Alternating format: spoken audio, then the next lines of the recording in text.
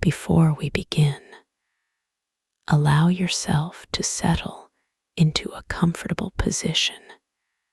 Take a slow breath in and another gentle breath out.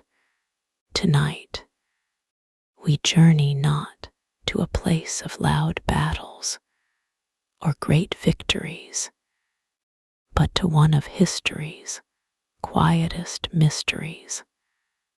We travel more than 4 centuries into the past, to a small island surrounded by forests, rivers, and the endless Atlantic Ocean.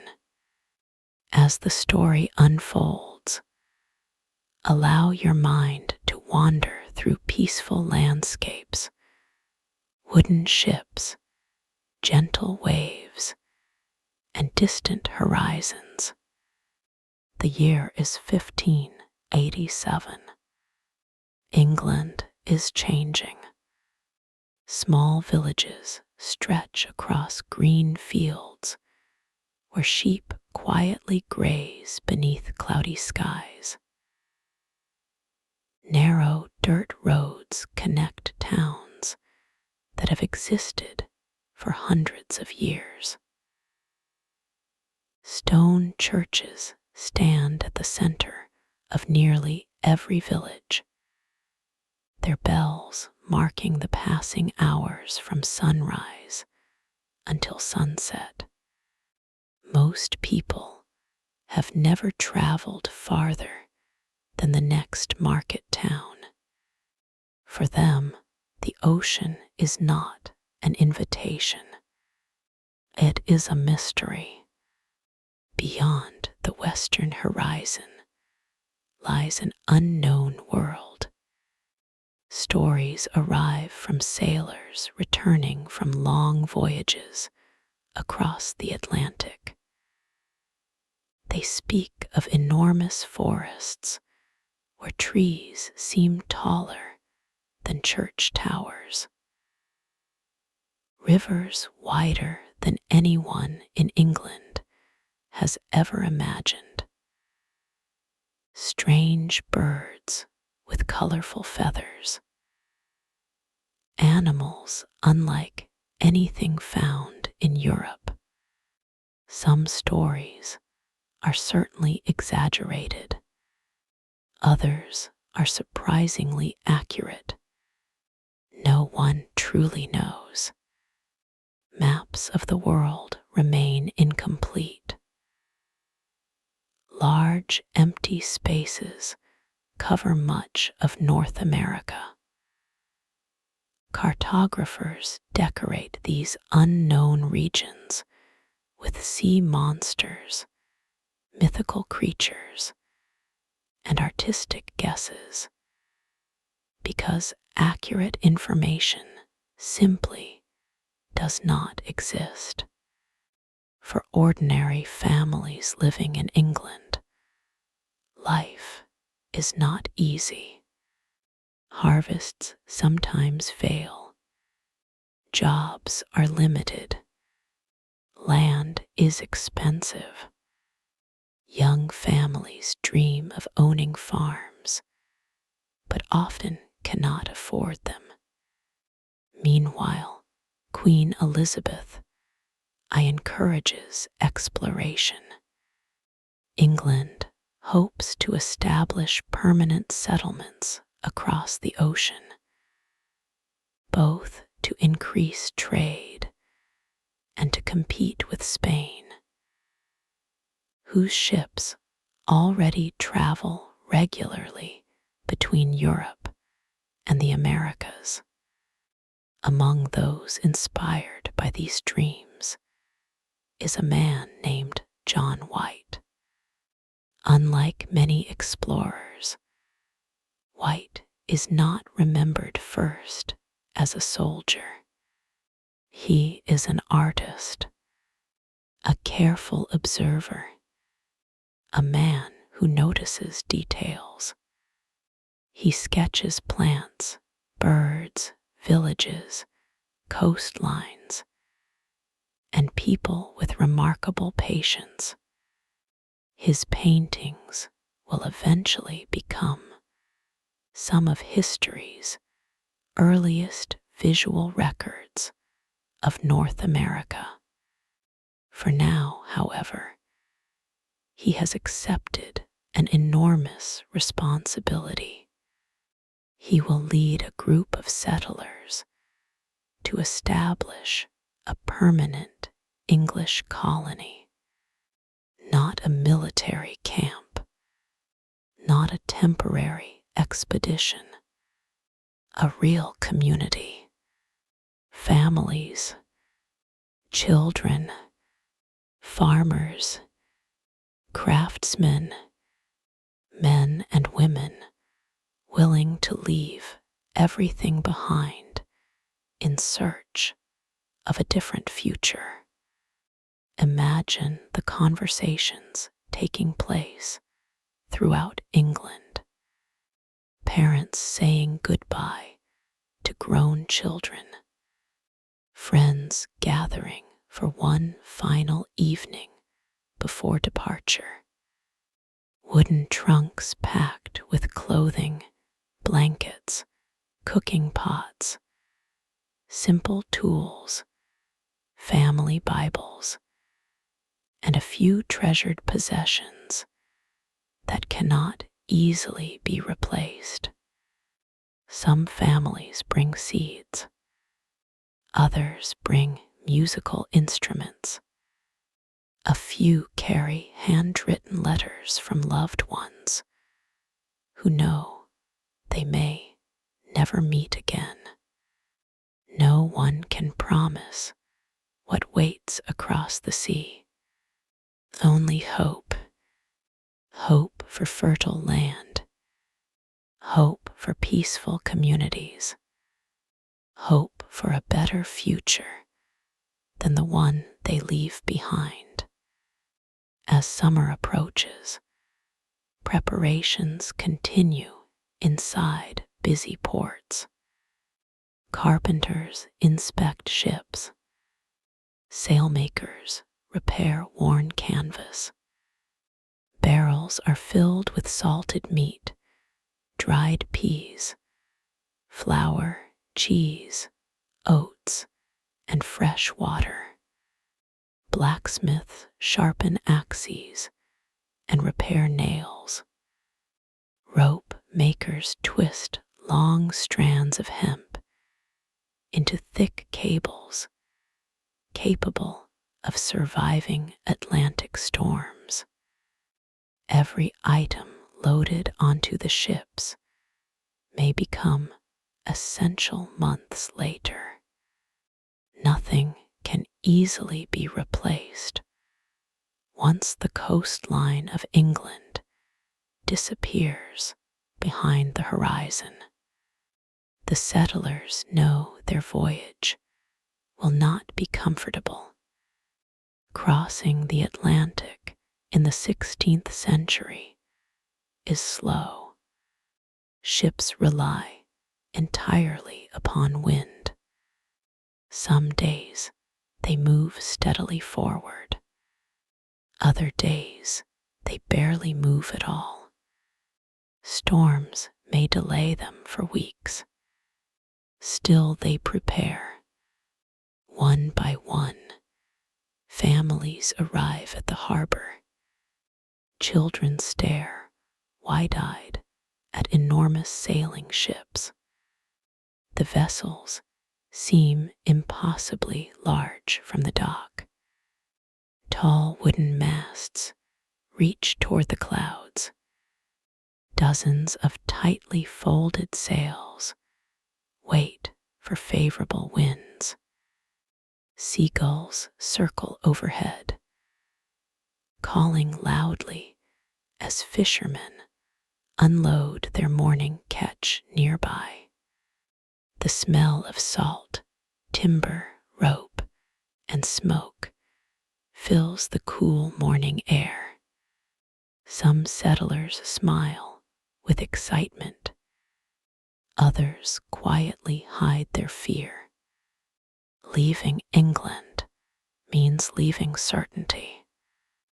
Many understand they may never return, yet history often moves forward because ordinary people choose extraordinary journeys. The Roanoke settlers are not kings. They are not famous explorers. Most are ordinary families carrying ordinary dreams.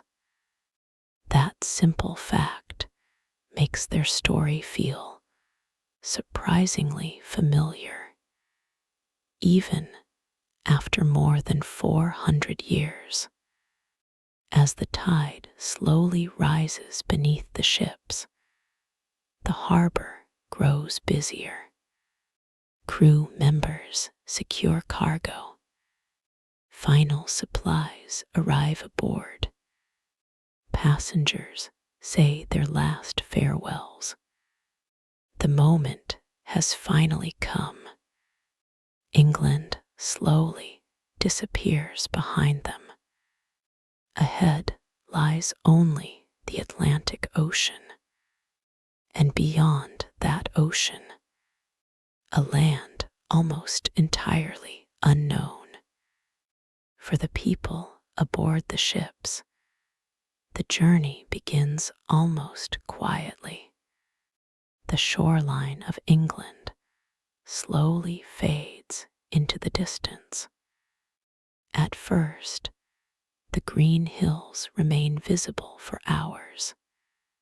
The white cliffs become smaller. The church towers disappear one by one. Eventually, only the sea remains. Ahead, nothing but water. Behind, everything they have ever known.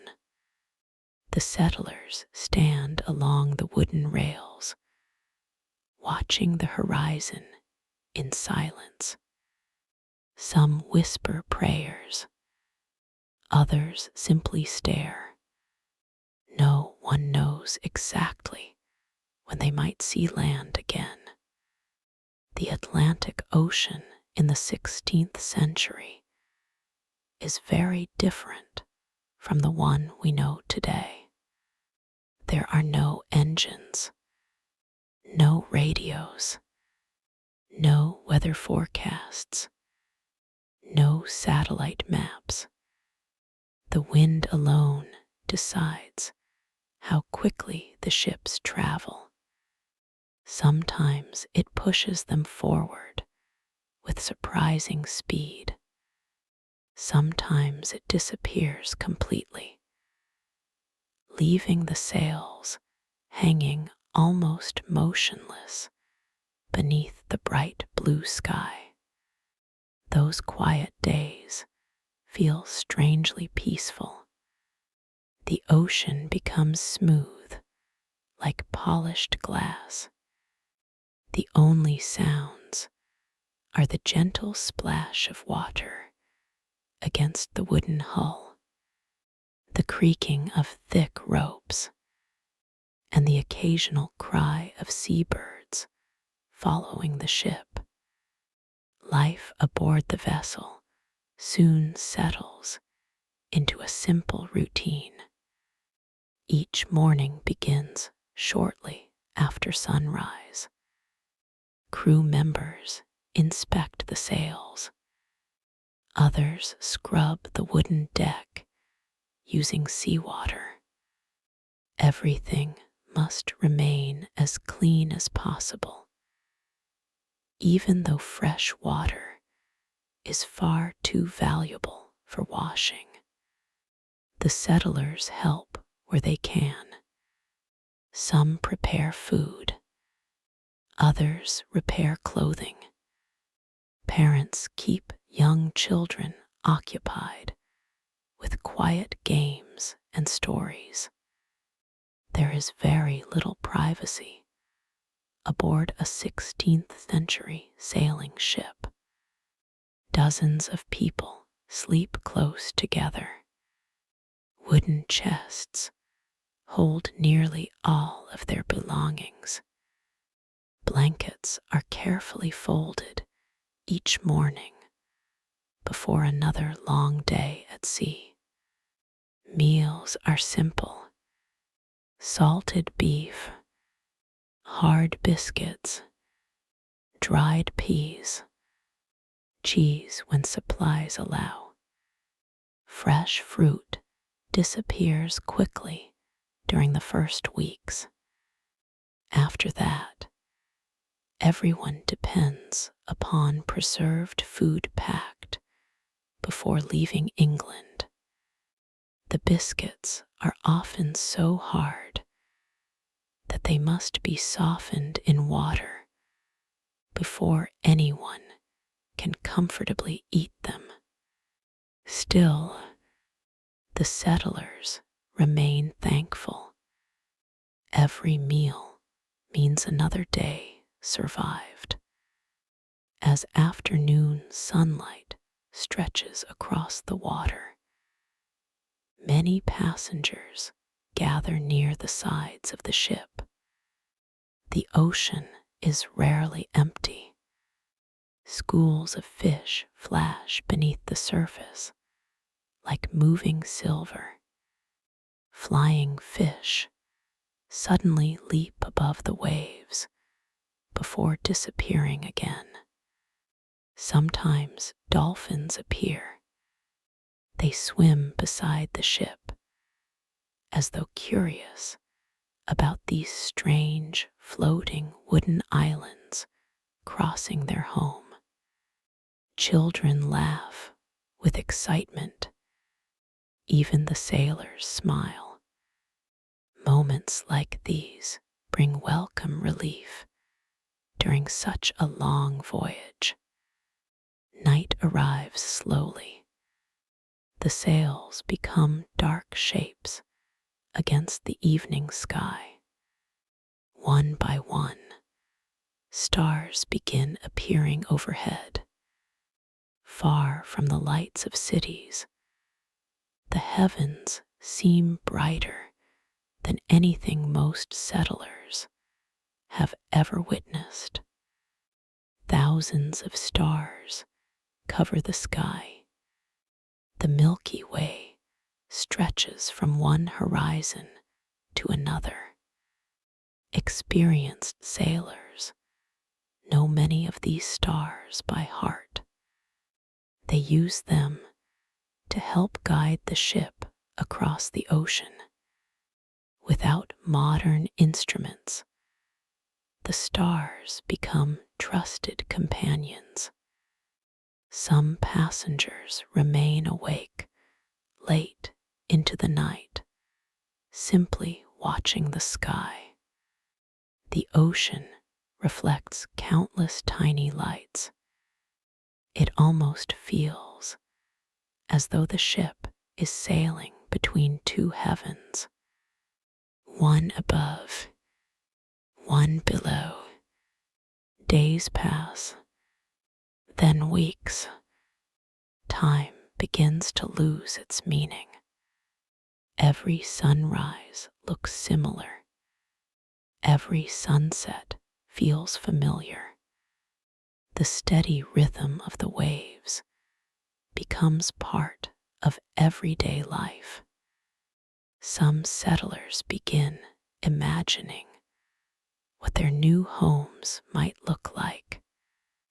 Perhaps a small wooden cottage beside a river. Perhaps fields of wheat stretching toward the forest. Perhaps gardens filled with vegetables brought from England.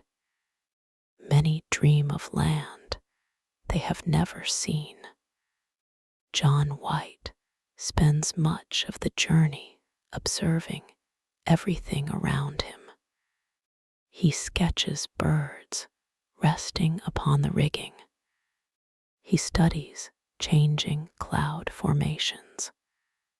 He records details that many others hardly notice. His habit of careful observation will later become one of history's greatest gifts.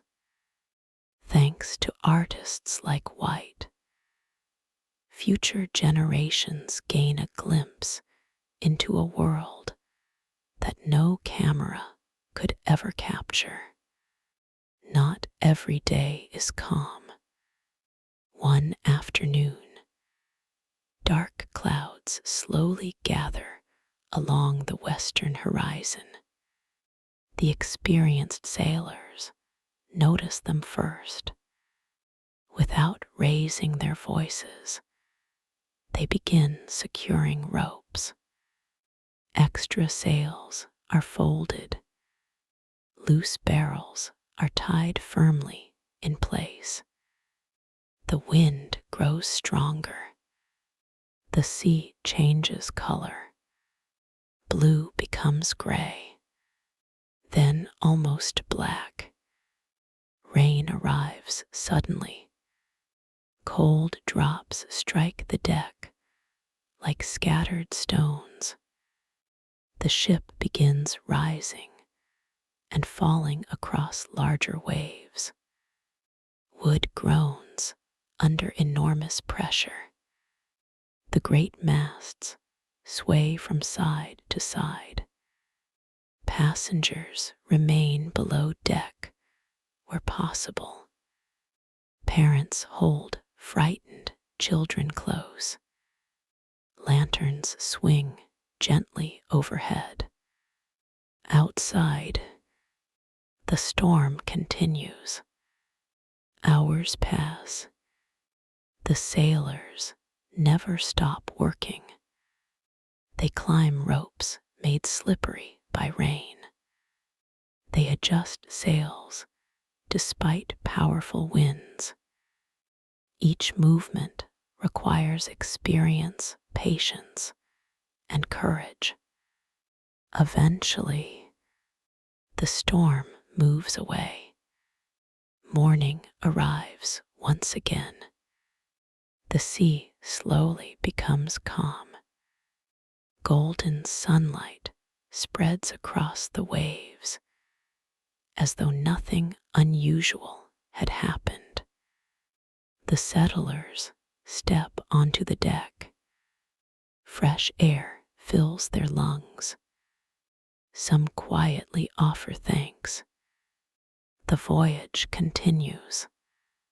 As more days pass, small signs begin suggesting that land may not be far away. Floating branches drift across the water.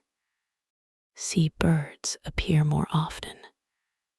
The wind carries unfamiliar scents, not the salty smell of the open Atlantic, but something different, the faint scent of pine forests, wet earth, fresh plants.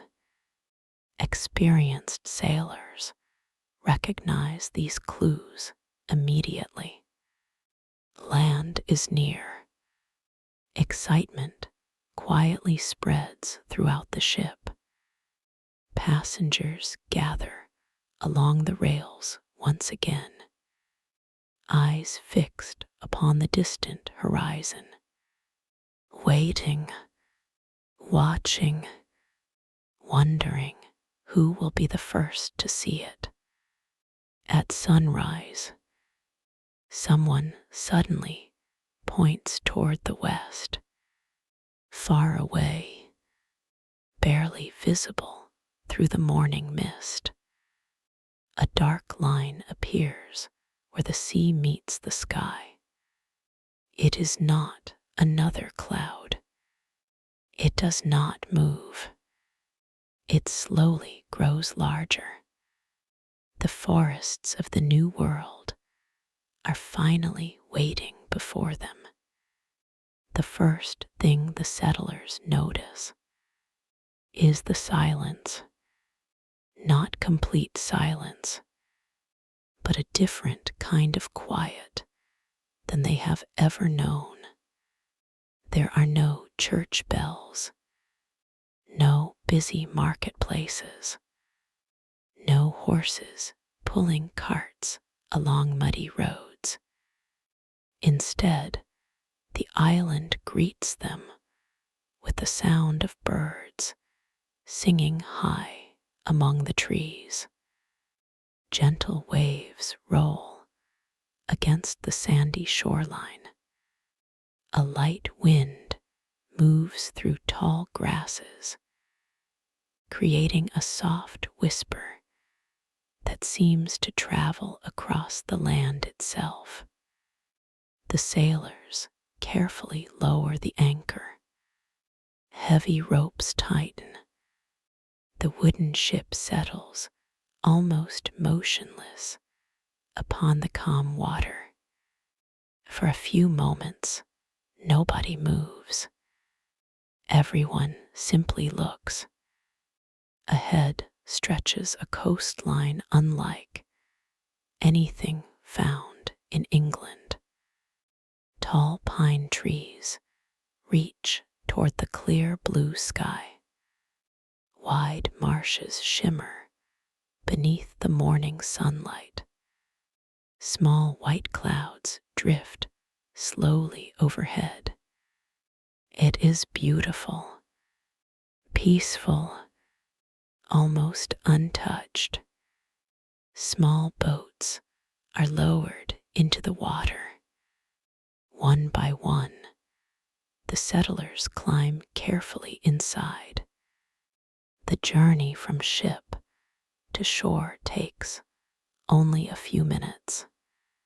Yet for many of them, those few minutes feel like crossing into another world. The boats scrape gently against the sandy beach. A sailor jumps into the shallow water. He steadies the boat. Then the first settlers step onto the land.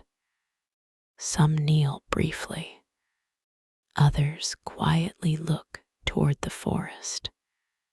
A few smile with relief after spending so many weeks at sea.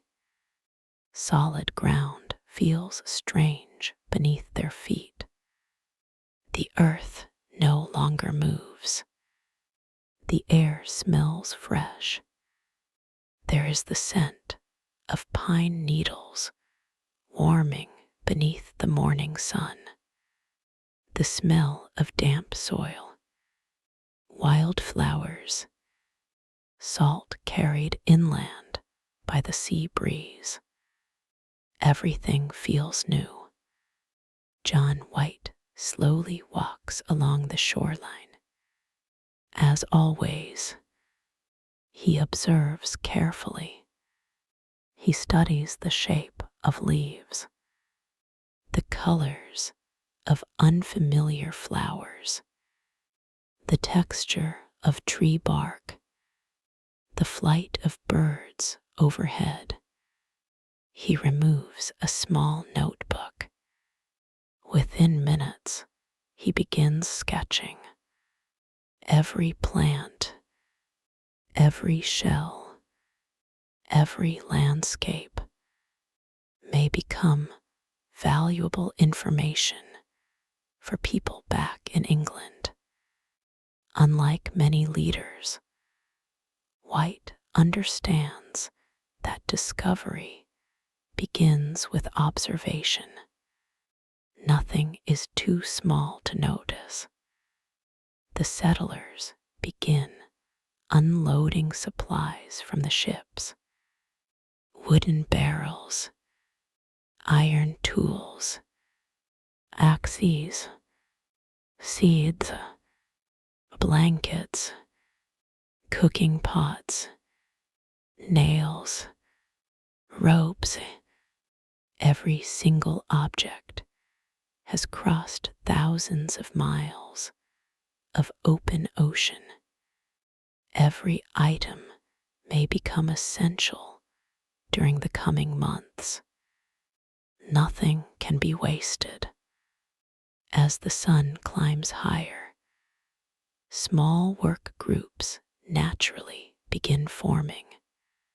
Some men carry heavy timber inland. Others search for fresh water. Several women organize cooking supplies beneath temporary shelters made from canvas stretched between wooden poles. Children remain close to their parents, looking around with endless curiosity. Everything captures their attention. Bright butterflies drift through the warm air. Tiny lizards disappear beneath fallen branches. Colorful birds call from the tops of enormous trees. Even ordinary stones appear different from those back in England. For the children, the island feels almost magical. Soon, the sound of axes echoes softly through the forest. The settlers choose straight pine trees for building. One by one, they carefully cut them down. Not too many, only what they need. The work is slow. Heavy trunks must be trimmed, branches removed, logs carried back toward the growing settlement. Every house begins with countless hours of simple labor. There are no machines, no wagons filled with modern tools, only strong hands, sharp axes, patience. Within days, small wooden structures begin appearing near the shoreline. Simple cabins, storage sheds, work areas, a shared cooking place. Nothing is luxurious. Everything serves a purpose. The settlement slowly takes shape. Life follows the rhythm of daylight. People wake with the rising sun. Breakfast is simple. Then everyone works until evening. Some gather firewood. Others fish along the quiet shoreline. Several settlers begin planting small gardens using seeds brought from England. The soil appears promising, dark, rich, soft beneath the shovel. Still, everyone understands that success cannot be guaranteed. A single failed harvest could change everything. The surrounding forests seem endless. Towering oak trees stand beside pines that sway gently in the coastal wind. Wild grapes climb through the branches. Blackberries grow along sunny clearings. Rabbits move quietly through the undergrowth. Occasionally, a deer appears between the trees before disappearing once more into the forest. Nature provides many possibilities, but nature also demands respect.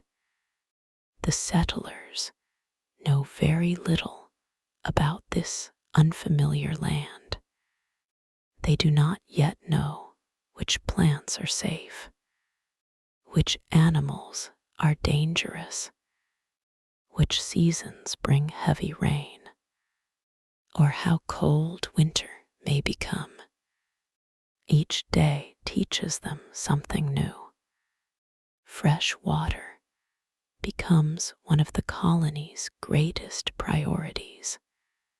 Small groups spend hours exploring nearby streams. Eventually, they discover several reliable sources. The cool water flows quietly through shaded forests before reaching the sea.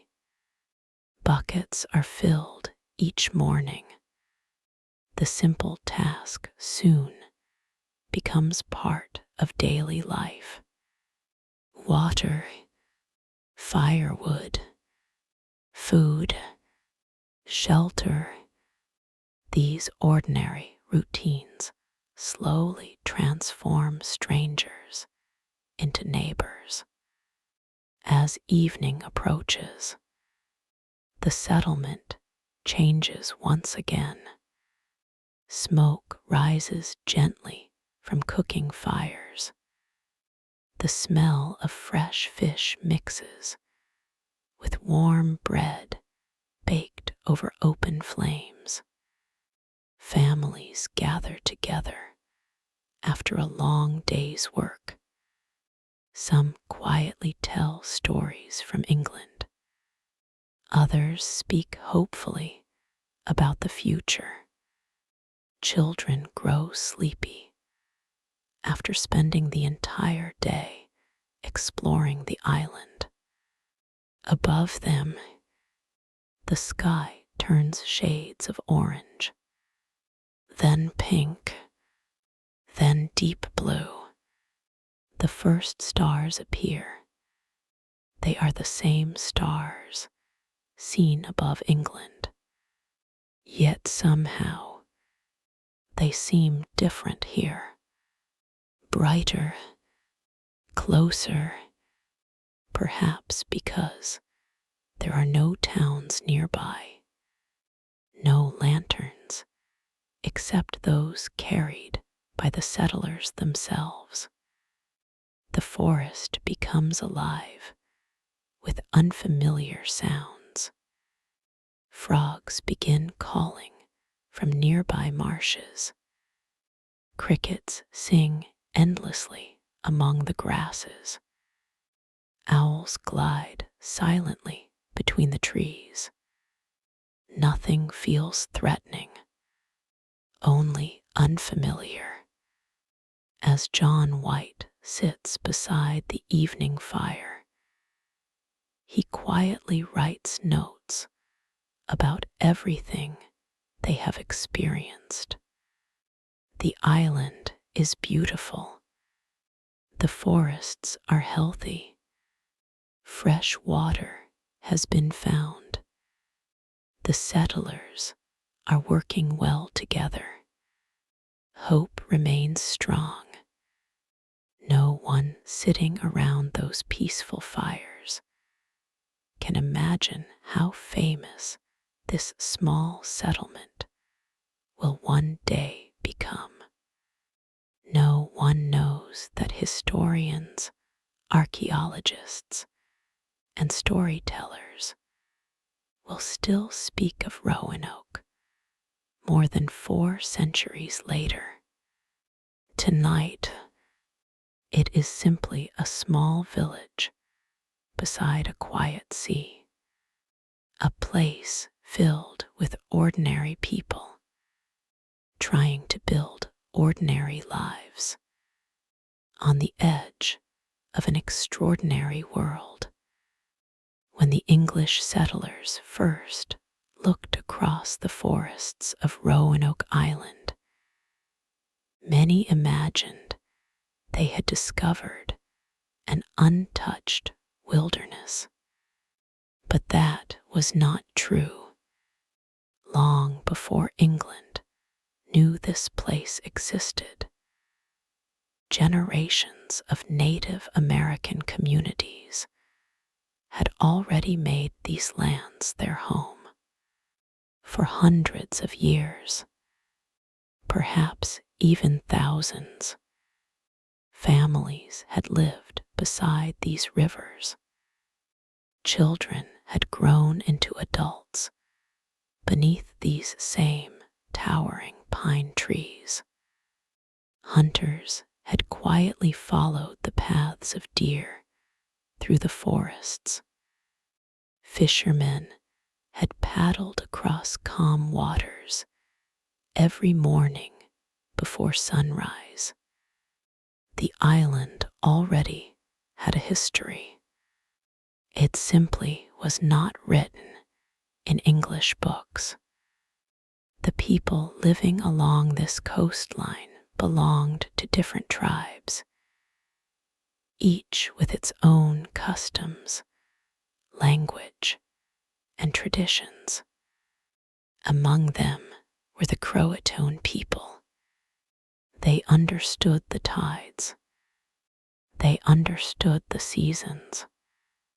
They knew which rivers filled with fish each spring. They knew where fresh water could always be found during the hottest summers. Their knowledge came not from maps, but from generations of careful observation. Every forest trail told a story. Every river bend had a purpose. Every season brought familiar changes. For the English settlers, much of the island remained mysterious. For the native people, it was simply home. First sight.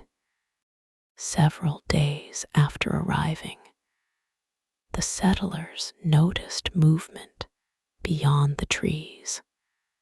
At first, it was only a shadow, then another. A few figures quietly watched from the edge of the forest. They did not approach, neither did they hide completely. Both groups simply observed one another. Curiosity filled the air. The English wondered, who are these people? Do they welcome strangers? Will they become friends or enemies? The native people likely wondered something very similar. Who were these newcomers arriving in enormous floating wooden houses? Why had they crossed an entire ocean? Would they stay, or would they soon leave like other visitors before them? Neither side fully understood the other. Neither spoke the other's language. Yet both recognized something universal. Each group was made up of ordinary human beings. Parents, children, grandparents, hunters, builders, storytellers, people hoping to protect those they loved. For several days, very little happened. The settlers continued building their homes. The native people continued their daily lives. Sometimes someone would notice distant figures walking between the trees. Sometimes canoes could be seen moving quietly across nearby waters. There were no sudden confrontations, only cautious observation. The English quickly realized something important. Whenever they entered the forest, they often found signs that others had recently been there. Fresh footprints, a fishing net hanging to dry, a carefully built fire pit, recently cut branches. This reminded them that they were guests in a land already known by others. John White remained fascinated. As always, he carefully observed everything. Whenever possible, he sketched clothing, tools, plants, and landscapes. He believed future generations should understand the people living here rather than simply fear them. Many of his drawings would later become invaluable historical records. Even today, historians study his artwork to better understand life along the Atlantic coast during the late 16th century. One warm afternoon, something remarkable happened. A small group of native men slowly approached the edge of the settlement. They carried no signs of aggression. The English remained cautious.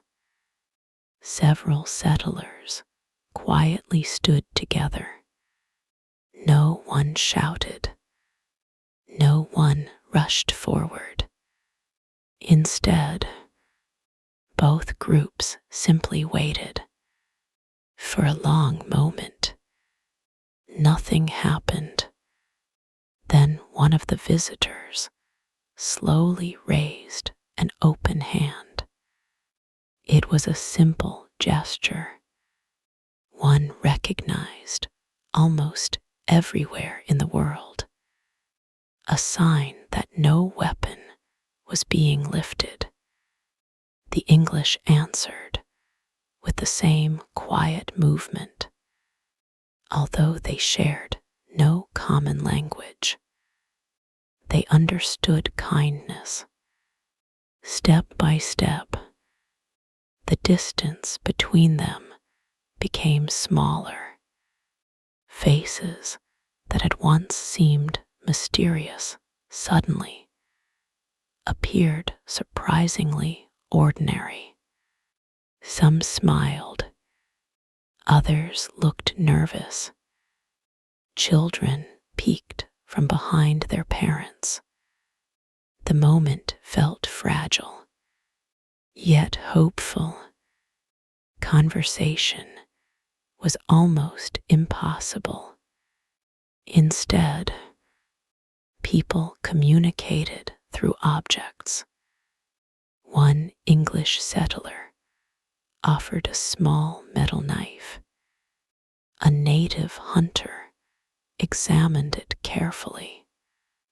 The polished steel reflected sunlight in a way stone tools never could.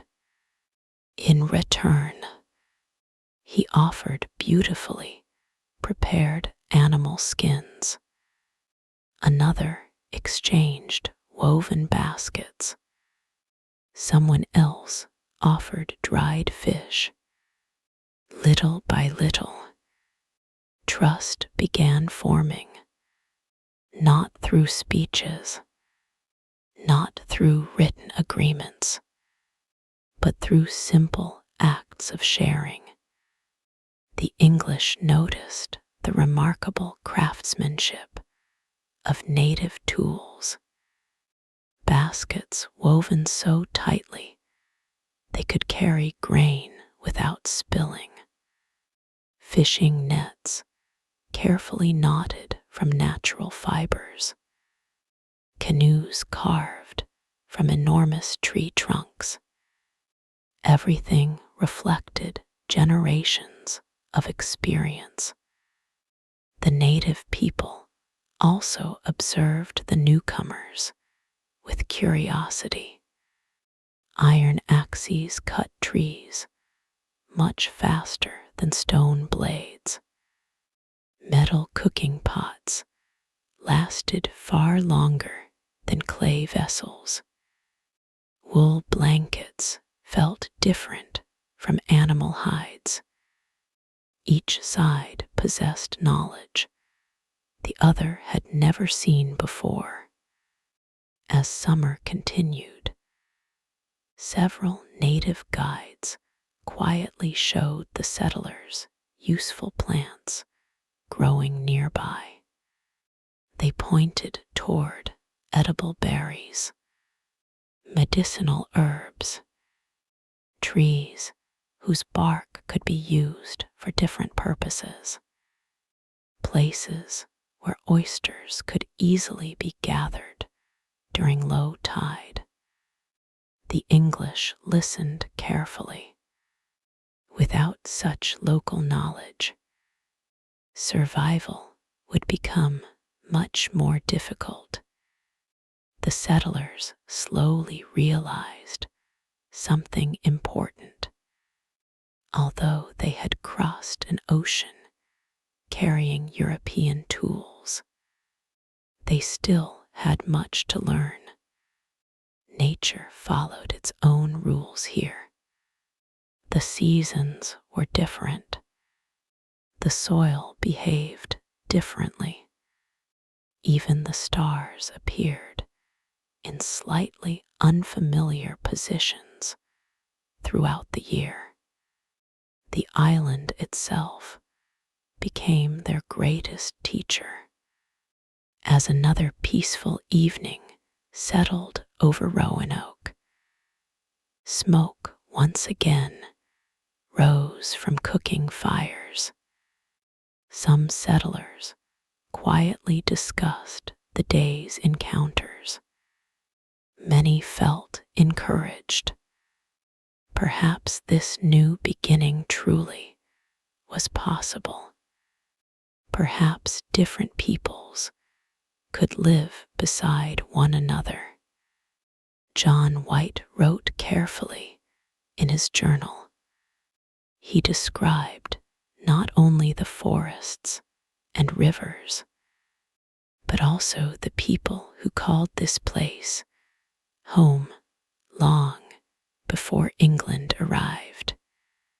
He understood something that many explorers overlooked. History is never empty. Every place has a story. Sometimes we simply arrive in the middle of it. The warm fire slowly faded into glowing embers. Above the settlement, thousands of stars filled the quiet night sky. The same stars watched over both the English settlers and the native families resting beyond the forest. For this brief moment, peace quietly connected two very different worlds. By late summer, the settlement looked very different from the day the ships first arrived. Where there had once been only sand and forest, several wooden homes now stood in a rough cluster near the shoreline. Thin trails connected the cabins. Smoke drifted from cooking fires each evening. Piles of firewood grew larger as settlers prepared for the colder months ahead. Life settled into a quiet rhythm. At sunrise, the colony slowly woke. The first sounds were usually practical ones. A door opening, an axe striking wood, a bucket being lowered into a stream, the crackle of a fire being coaxed back to life. People quickly learned that survival depended on routine. Fresh water had to be carried every day. Wood had to be gathered before rainstorms. Food had to be preserved whenever possible. Nothing could be postponed for long. The surrounding waters became one of the colony's greatest resources. Men and women alike spent hours fishing from the shore or from small boats. The coastal rivers held many kinds of fish, and oysters could be gathered during low tide. Evening meals were often surprisingly abundant compared with what many settlers had expected.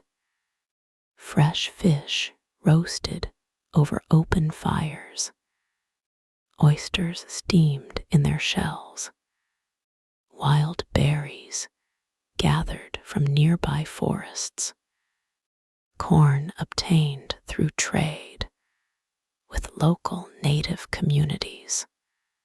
For the first time since leaving England, some families felt genuinely hopeful.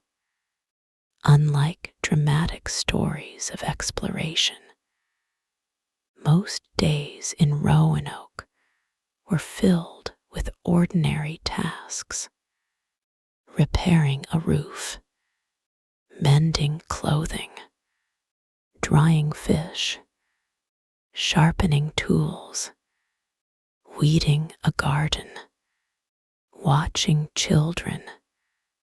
These simple activities rarely appear in history books, yet they occupied nearly every waking hour. One settler might spend an entire afternoon splitting logs for winter fuel. Another carefully patched a torn sail that could later become useful fabric. Several women worked together, preparing food for multiple families. Children carried small bundles of sticks, gathered shells along the beach, or followed adults while asking endless questions about the strange new world around them. The colony slowly became a neighborhood. People borrowed tools from one another, shared meals, helped repair damaged walls after heavy rain, celebrated small successes, such as the first vegetables appearing in a garden.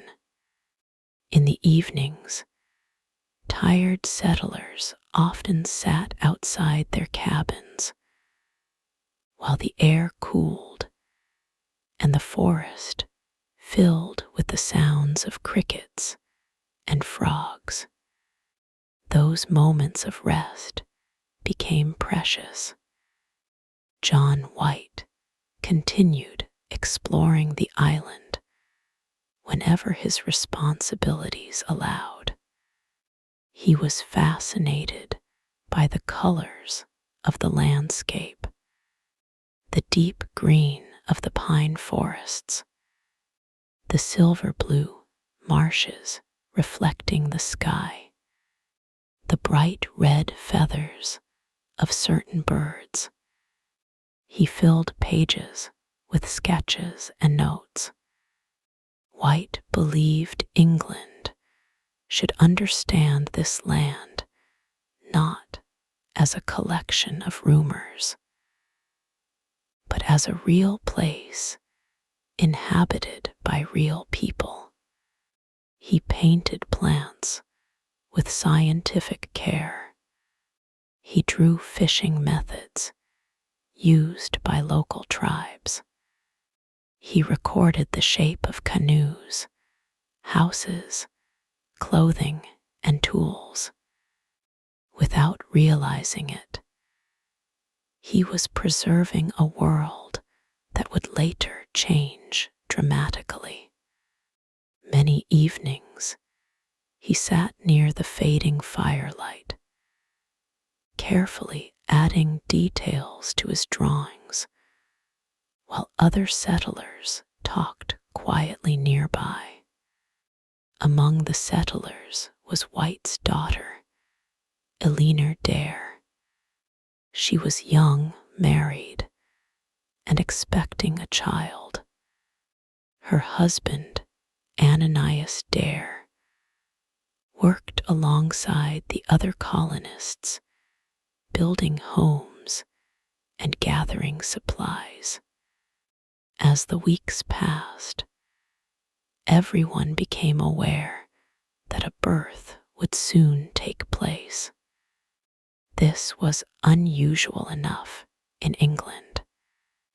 In a tiny settlement thousands of miles from home, it felt extraordinary. Women quietly prepared what they could. Clean cloth was set aside. Warm blankets were dried in the sun. A nearby cabin was made as comfortable as possible. The entire colony seemed to watch the calendar with gentle anticipation. A child born here would belong to a place no English child had ever belonged before. On August 18, 1587, the child was born. A daughter. She was named Virginia, Dare ***. The news spread quickly through the small settlement. People smiled, hands were shaken, prayers were offered. For a little while, the colony felt less like a risky experiment and more like a true community with a future. Virginia became the first English child born in the Americas. At the time, no one could know how famous her name would become. To the settlers, she was simply a newborn baby wrapped in blankets, while waves rolled quietly beyond the trees. Imagine the scene. A small wooden cabin, the smell of pine logs and smoke, soft voices, exhausted but happy parents. Outside, neighbors moving quietly so as not to disturb the child. The Atlantic Ocean, only a short walk away. It is one of the most peaceful moments in the entire Roanoke story. For a brief period, hope reached its highest point. That evening, several families gathered near the beach. The air was warm. The sky slowly turned gold as the sun lowered over the water. Someone roasted fish over an open fire. Another shared a small amount of preserved food saved for special occasions. There was no grand ceremony, no musicians, no official speeches, only ordinary people celebrating new life. The newborns slept nearby, while adults talked about the future. Perhaps more families would arrive from England. Perhaps larger houses would be built. Perhaps fields of corn and wheat would one day stretch across the island. The possibilities seemed endless. As darkness fell, stars appeared one by one above the quiet coastline. Many settlers had not felt this optimistic since leaving England. They had survived the ocean, built homes, found food, made peaceful contact with local communities, and now a child had been born among them. The colony finally felt real. The days after Virginia's birth were calm. Elena recovered. Neighbors helped care for the baby. Life continued with its familiar rhythm. Fishing, gardening, repairing tools, exploring the island. Sunrise after sunrise, the settlement grew slightly more organized. Yet beneath that peaceful surface, a difficult problem remained. Supplies from England were running low.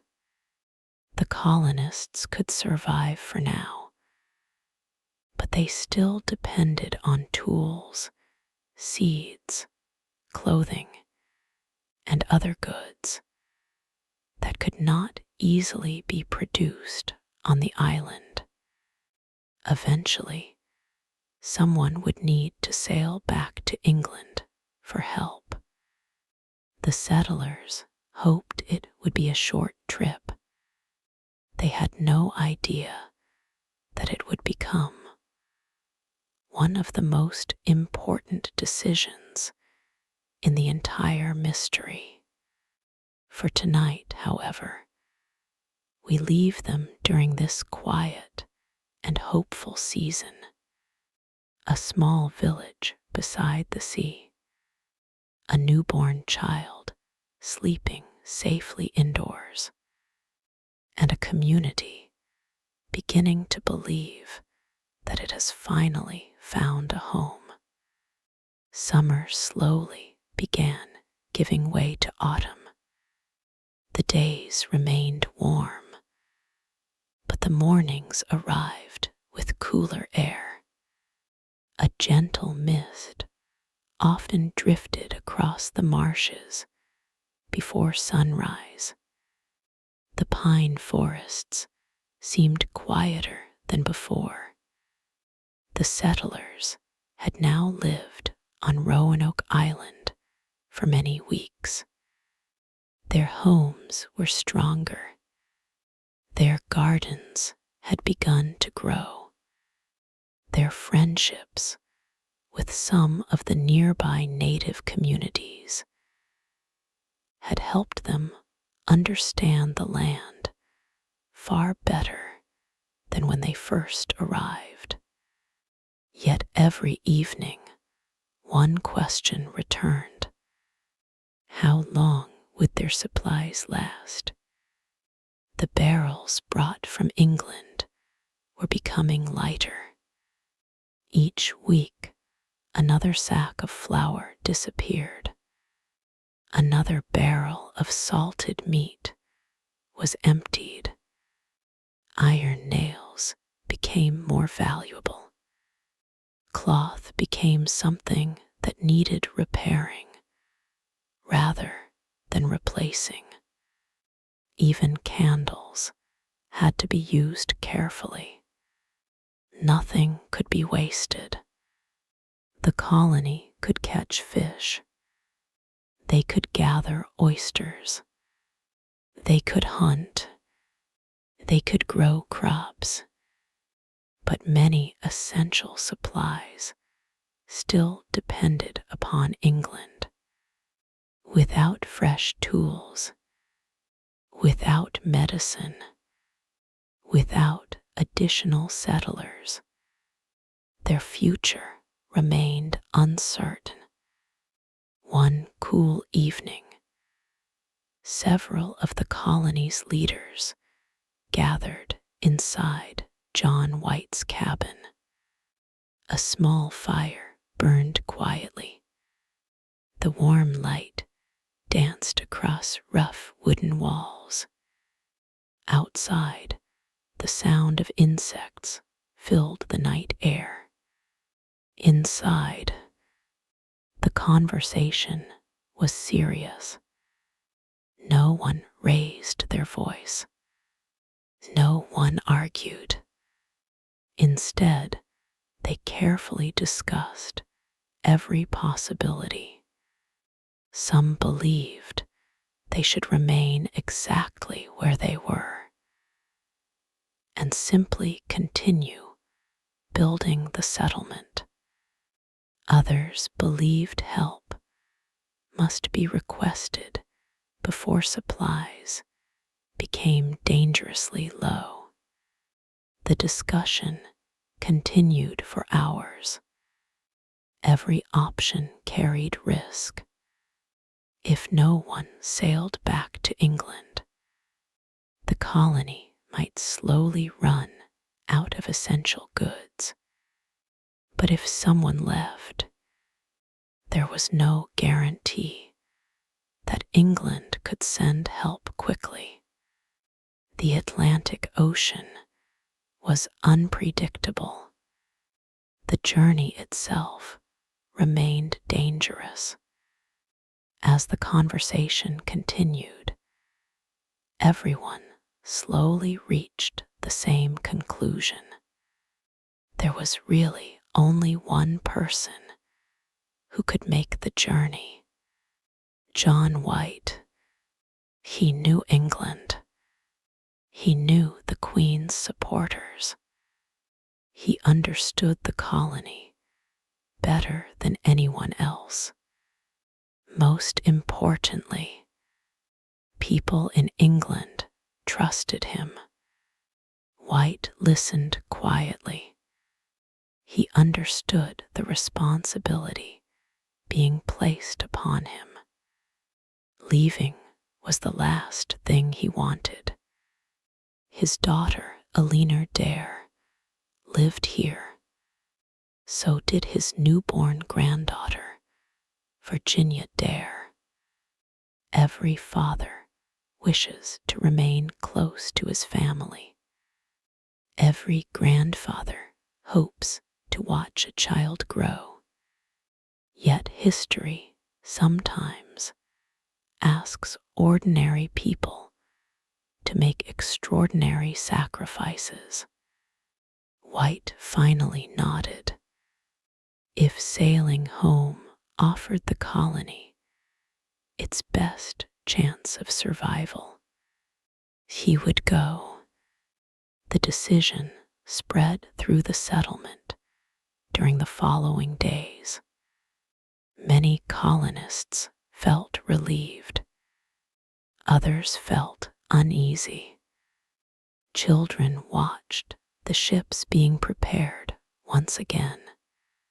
Supplies were carefully loaded aboard. Letters were written. Small requests for family members back in England were quietly passed to John White. Some asked for warm clothing.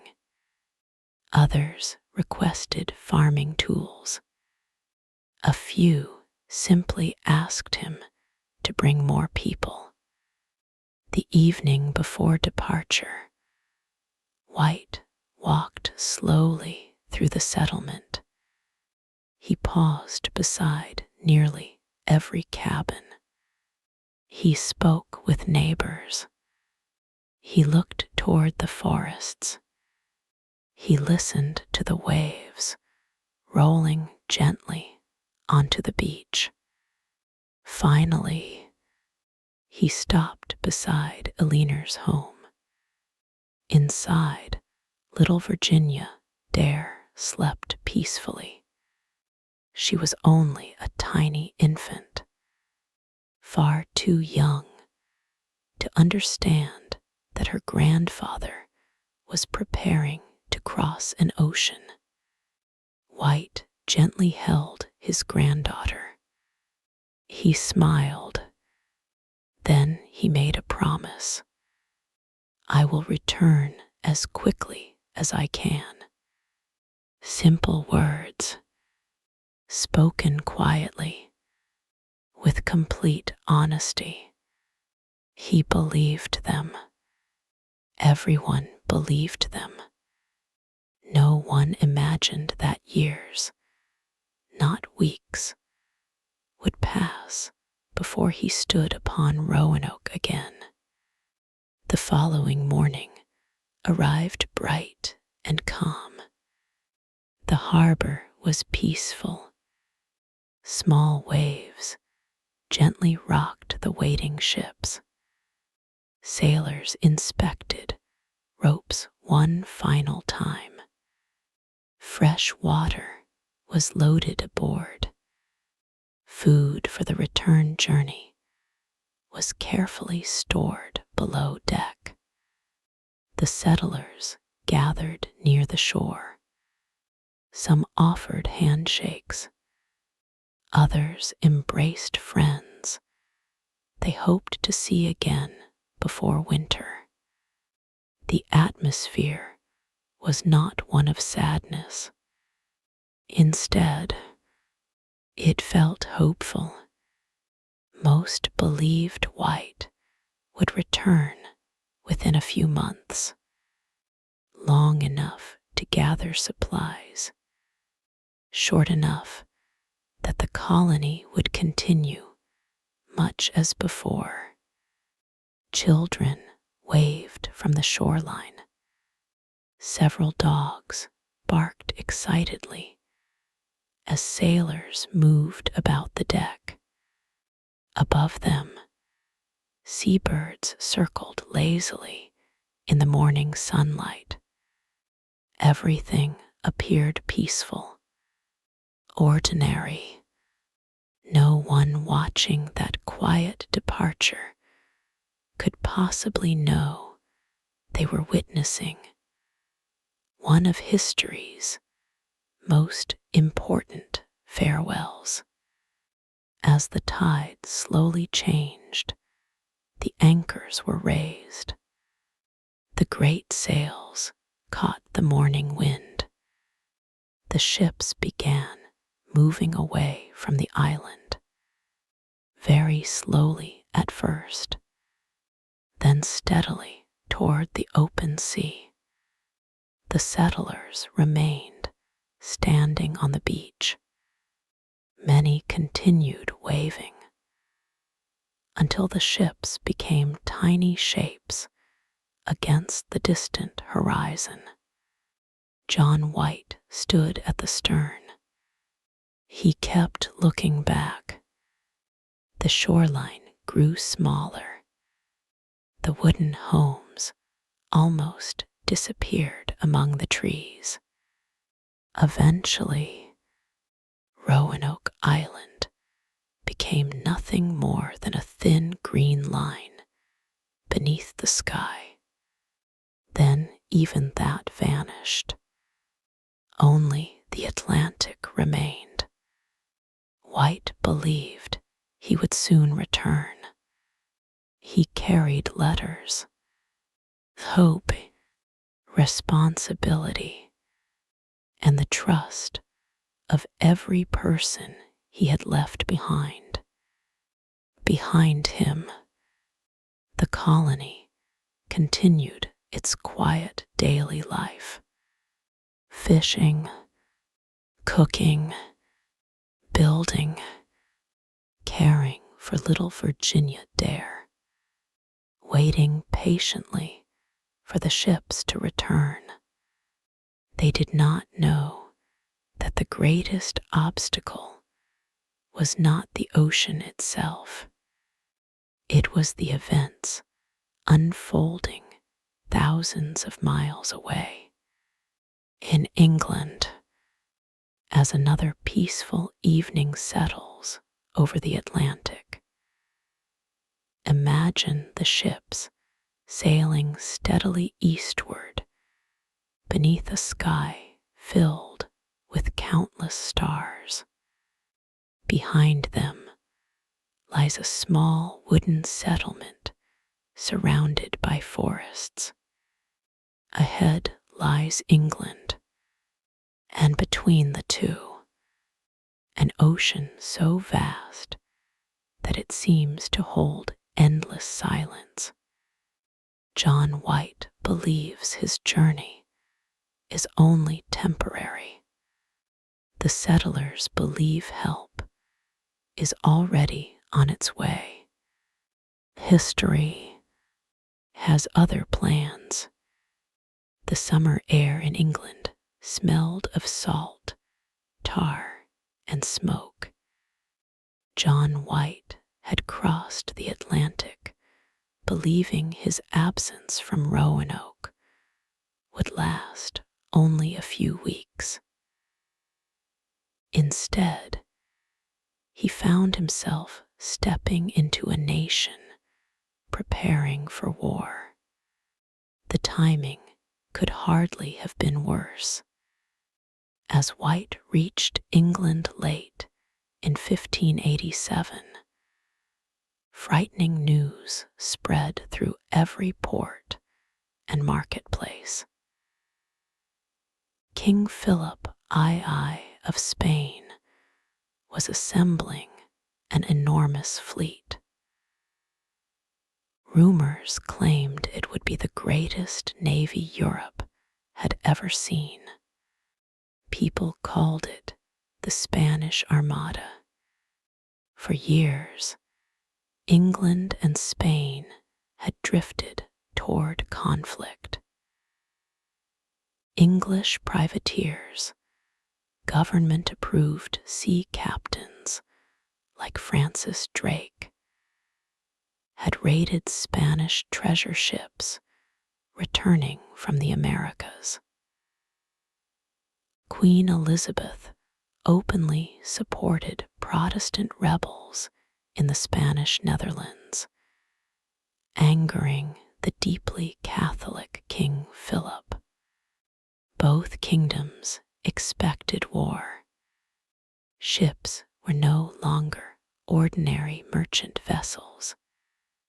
Every seaworthy vessel became valuable for England's defense. The government ordered captains to remain ready. Ports became military stations. Experienced sailors were recruited.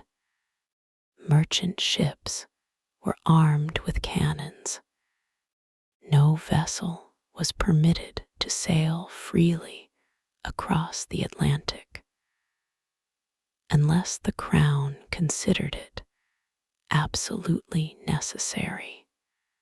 John White's mission suddenly became insignificant compared with the survival of England itself. White desperately tried to explain his situation. More than 100 settlers depended on him. Among them was his daughter Eleanor, his newborn granddaughter Virginia. Entire families had almost no supplies. They had expected him back before winter. Every week that passed increased the danger, but officials had little sympathy. England itself might soon be invaded. No government could spare ships. While preparing to face the strongest naval power in Europe, White waited. Weeks became months. Autumn faded into winter. The Atlantic crossing, that should have taken 6 to 8 weeks, slowly stretched toward an entire year. Imagine White during those long months. He probably replayed his departure again and again. He remembered Virginia Dare's tiny face. He remembered Alina smiling despite her worries. He remembered promising, "I'll return quickly." Every father wants to keep promises made to family. Yet there was nothing he could do. He was trapped by forces far larger than himself. In 1588, England's fears became reality. The Spanish Armada finally sailed.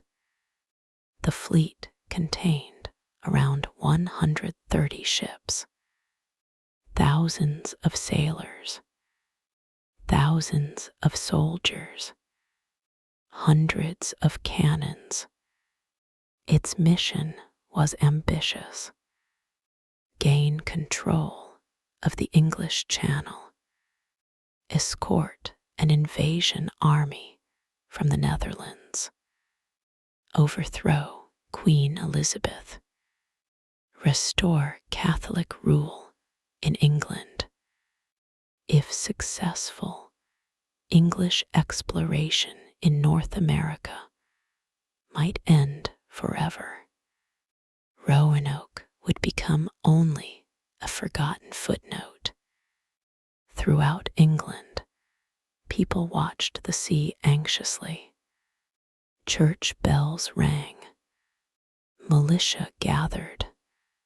Signal fires stood ready across the countryside. Everyone wondered the same question: when would the Spanish ships appear? John White watched these events, knowing every delay condemned his colony to another season alone. Yet there was no alternative. If England lost, there might be no rescue mission at all. The Armada entered the English Channel during the summer. What followed became one of history's most famous naval campaigns. England's ships were generally smaller than Spain's. They were faster, more maneuverable. English captains preferred speed instead of boarding enemy vessels. They stayed at greater distances, firing cannon repeatedly before pulling away. The battle lasted several days. Neither side achieved a decisive victory immediately. Then England employed a risky strategy. One dark night, they sent burning ships drifting toward the anchored Spanish fleet. These fireships caused panic.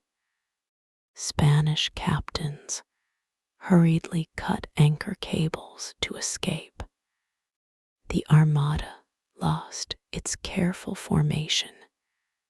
The following day, English ships attacked.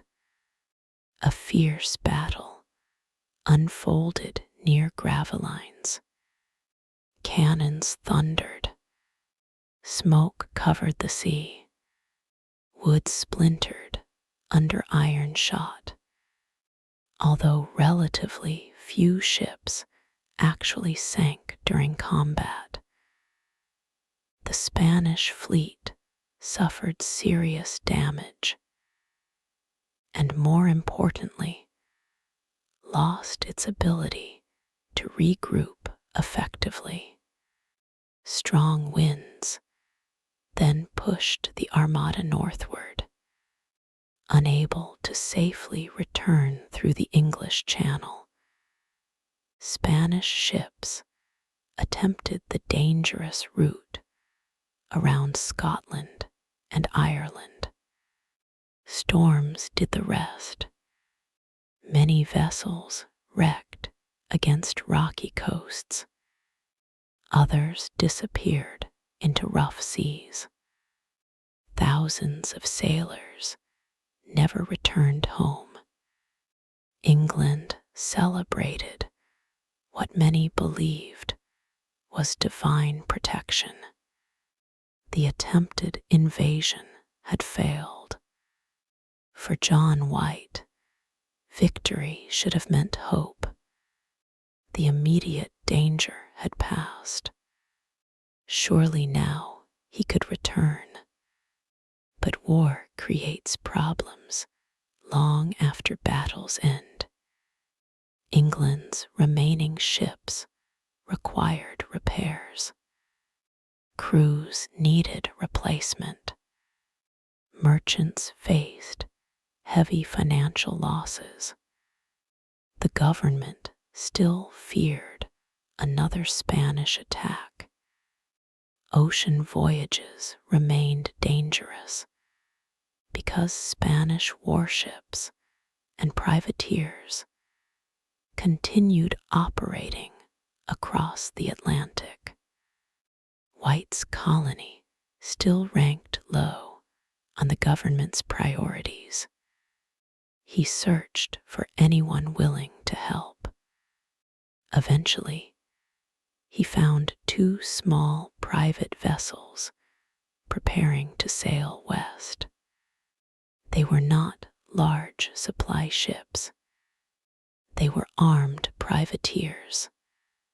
Their owners hoped to attack Spanish shipping while crossing the Atlantic. White accepted because he had almost no choice. Any ship heading toward America was better than endless waiting. In the spring of 1588, he finally sailed. Hope returned. Perhaps his family had survived. Perhaps the colonists had built stronger homes. Perhaps they had found friendly native allies. Perhaps they were simply waiting. The voyage quickly went wrong. Instead of heading directly for Roanoke, the captains became distracted by profit. They spotted French ships at sea. Although France was not England's primary enemy in this moment, privateering often blurred legal boundaries. Capturing merchant vessels promised valuable cargo. The captains chased them. A battle followed. White's ships suffered damage. Several sailors were wounded. The privateers themselves were robbed during the fighting.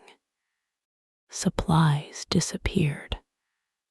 The expedition became chaotic. Finally, the damaged vessels abandoned the Atlantic crossing altogether. They turned back to England.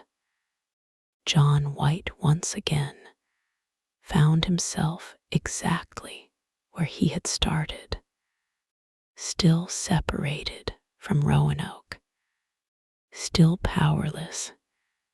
Imagine his frustration. Months of waiting, a dangerous voyage, hope rising with every mile westward, then everything collapsing because strangers preferred treasure over rescue. He had risked everything, yet his colony remained beyond the horizon. Time continued moving.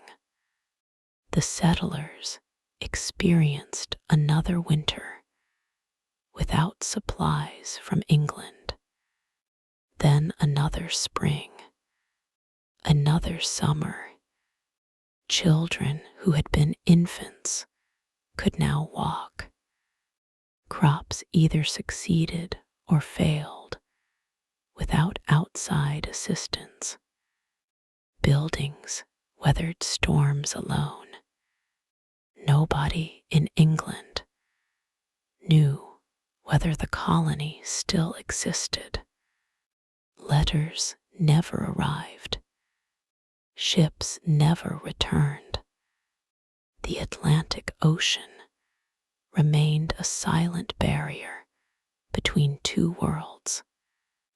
John White's greatest fear slowly became impossible to ignore. What if his granddaughter no longer recognized him? Virginia Dare had been only days old when he left. Children grow astonishingly fast. Every month stolen by war erased another piece of family life. He had missed her first smile, her first words, her first steps, if she were still alive. History often remembers great events like the defeat of the Spanish Armada. Kings, queens, admirals, famous battles, but those same events also shaped countless ordinary lives. For John White, one international war became a deeply personal tragedy. A military victory for England unintentionally became a disaster for Roanoke. The colony had been founded on hope. Now it survived, if it survived at all, without contact from home. By 1590, nearly 3 years had passed since White had left Roanoke. 3 years, far longer than anyone had imagined. Finally, another opportunity appeared. This time, nothing, not war, not privateers, not bureaucracy, would stop him. John White prepared for one last voyage across the Atlantic. He carried only one question in his heart. Were his family still waiting? Or had the New World already swallowed England's first colony forever? The year was 1590. 3 long years had passed since John White had left Roanoke Island. 3 years of waiting. 3 years of failed attempts. 3 years of wondering whether his daughter Eleanor, his granddaughter Virginia Dare, and the other settlers were still alive. At last, he was crossing the Atlantic again. This time, he traveled with an English expedition commanded by privateering Captain Christopher Newport. The voyage was not intended solely as a rescue mission. Like many expeditions of the time, it also hoped to capture Spanish prizes along the way. Even so, White cared little about treasure. His thoughts never left Roanoke. Every sunrise brought him closer to his family, or closer to whatever remained of them. The crossing was difficult, but successful. By August, the coast of North America finally appeared. After months at sea, the forests of the Outer Banks rose from the horizon. The same coastline White had once known so well. The same waters where England had tried to build its first lasting settlement. The ships anchored near Roanoke Island on August 18. The date struck White with painful significance. It was his granddaughter, Virginia Dare's, third birthday. If she had survived, she was now a toddler. Perhaps she could run. Perhaps she could speak. Perhaps she would meet her grandfather again before sunset. It was a hopeful thought. Landing proved harder than expected. Strong currents and shifting sandbars had always made these waters dangerous. One of the expedition's boats overturned in rough surf. Several sailors drowned before they could reach shore. Even before setting foot on the island, tragedy had returned. Still, White insisted on continuing. Nothing could persuade him to wait another day. As the search party entered the woods, White noticed something strange. Silence. No voices drifted through the trees. No smoke curled into the sky. No barking dogs. No children playing. A colony should have been alive with sound. Instead, only the wind moved through the leaves. The familiar paths were still there. The trees looked much the same, but something felt wrong. The deeper they walked, the clearer it became.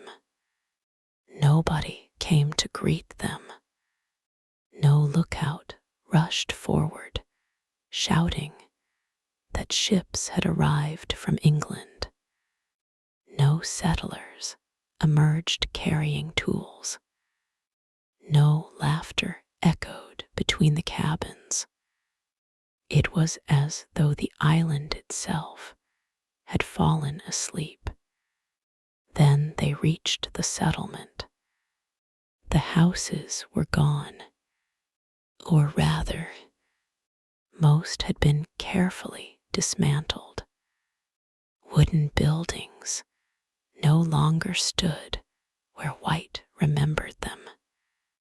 Instead, scattered timbers lay across the clearing. Posts had been removed. Fences had disappeared. The settlement looked abandoned, but not destroyed. That difference mattered. White searched desperately for signs of violence. Broken weapons, burned homes, bloodstains, graves, anything. He found none. The buildings had not been burned.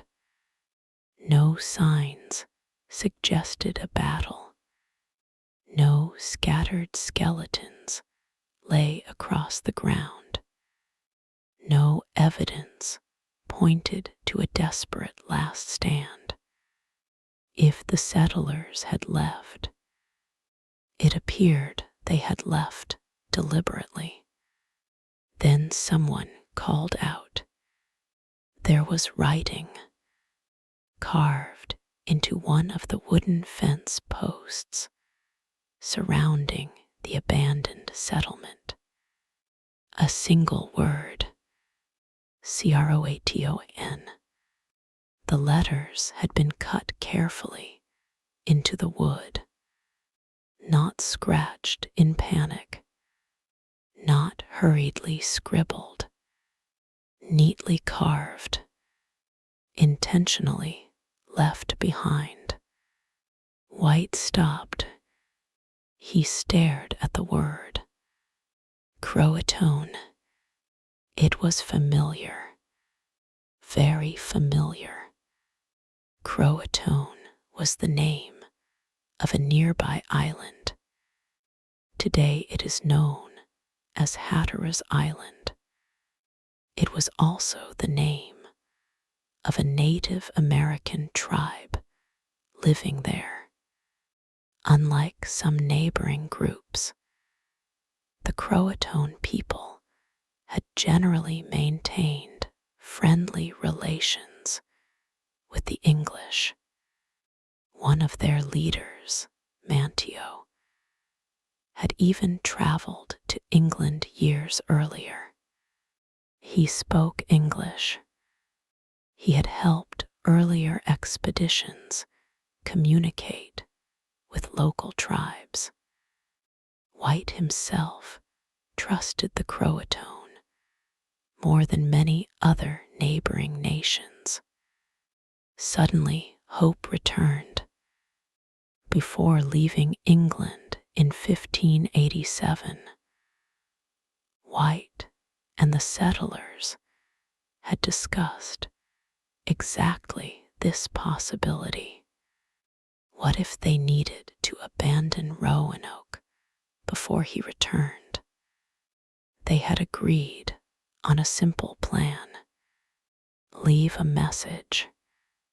Carve the destination into a tree or post. If they were forced to leave because of danger, they would also carve a Maltese cross beside the message. The cross would mean they had departed under attack or severe distress. White immediately searched for the agreed signal. There was no cross, only the word Croatoan.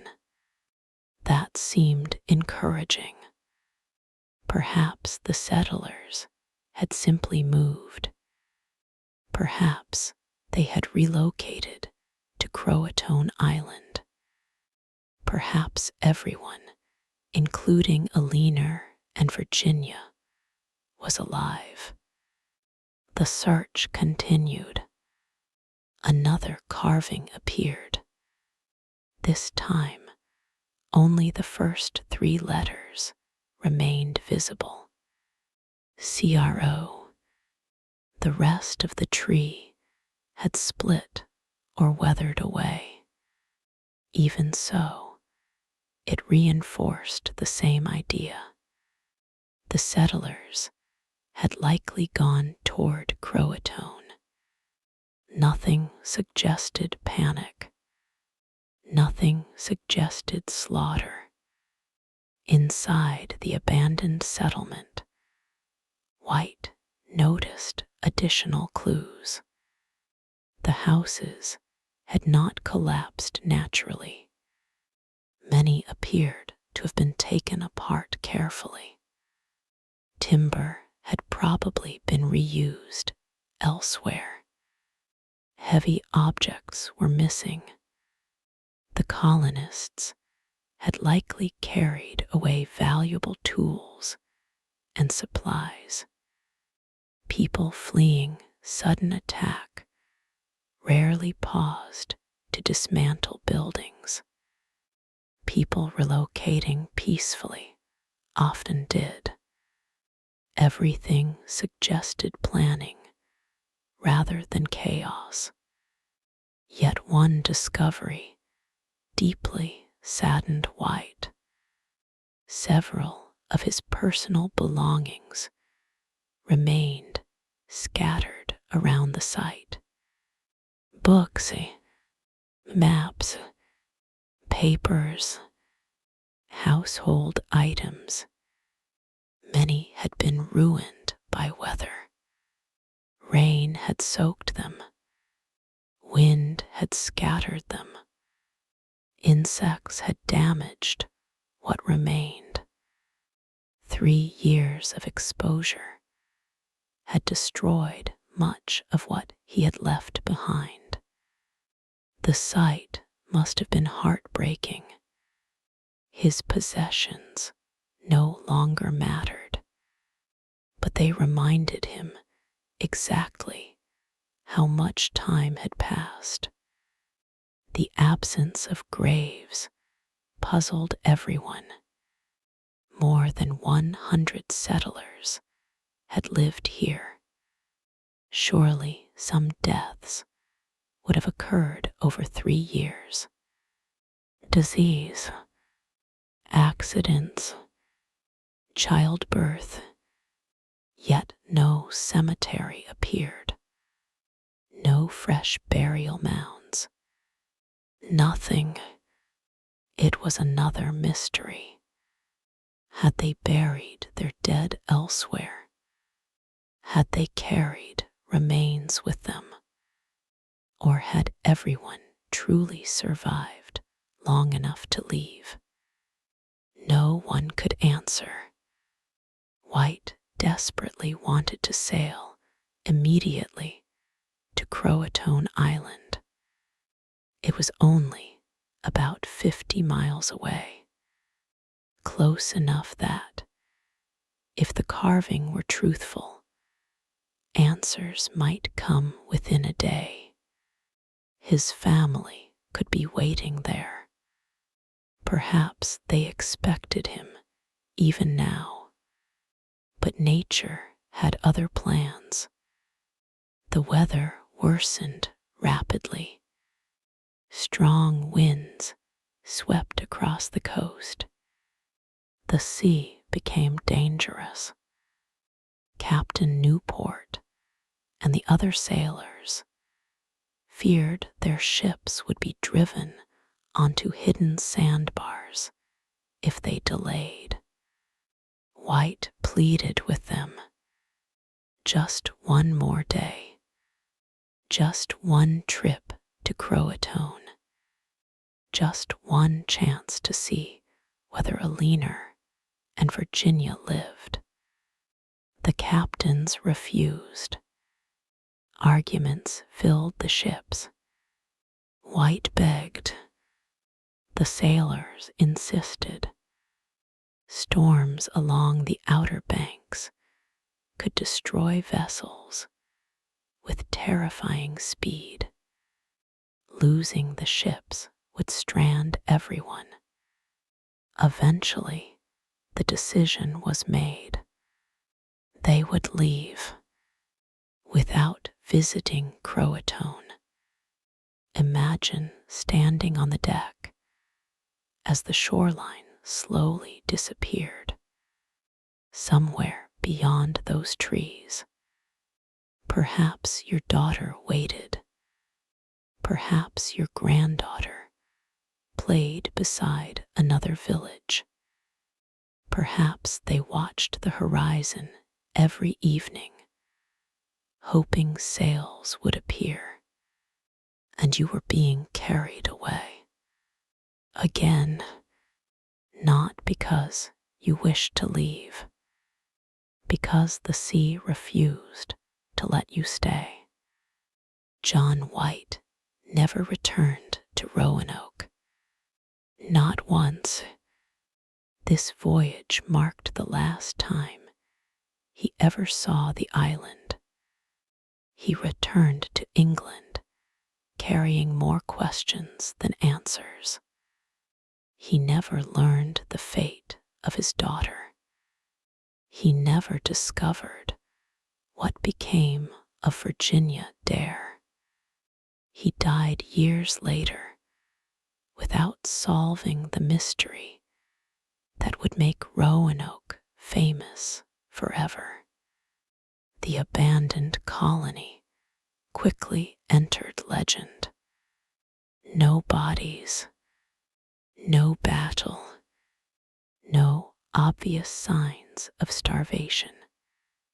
Only empty homes, weathered belongings, and one mysterious word carved into wood. Croaton. For centuries, historians, archaeologists, and storytellers would ask the same question. Did the settlers successfully join the Croatoan people? Did they move farther inland? Did disease eventually destroy them? Or had something even stranger happened? The silence of Roanoke refused to give an answer. What makes the mystery so powerful is not simply that people disappeared. History contains many lost expeditions, many failed colonies, many forgotten settlements. Roanoke is different because it left behind just enough evidence to inspire hope, but never enough to provide certainty. One carved word, one missing cross, one abandoned village, and generations of unanswered questions. John White never solved the mystery. Neither did his friends, nor Queen Elizabeth, nor the generations that followed. Instead, Roanoke became one of history's longest-running investigations. For more than 4 centuries, people have searched for clues.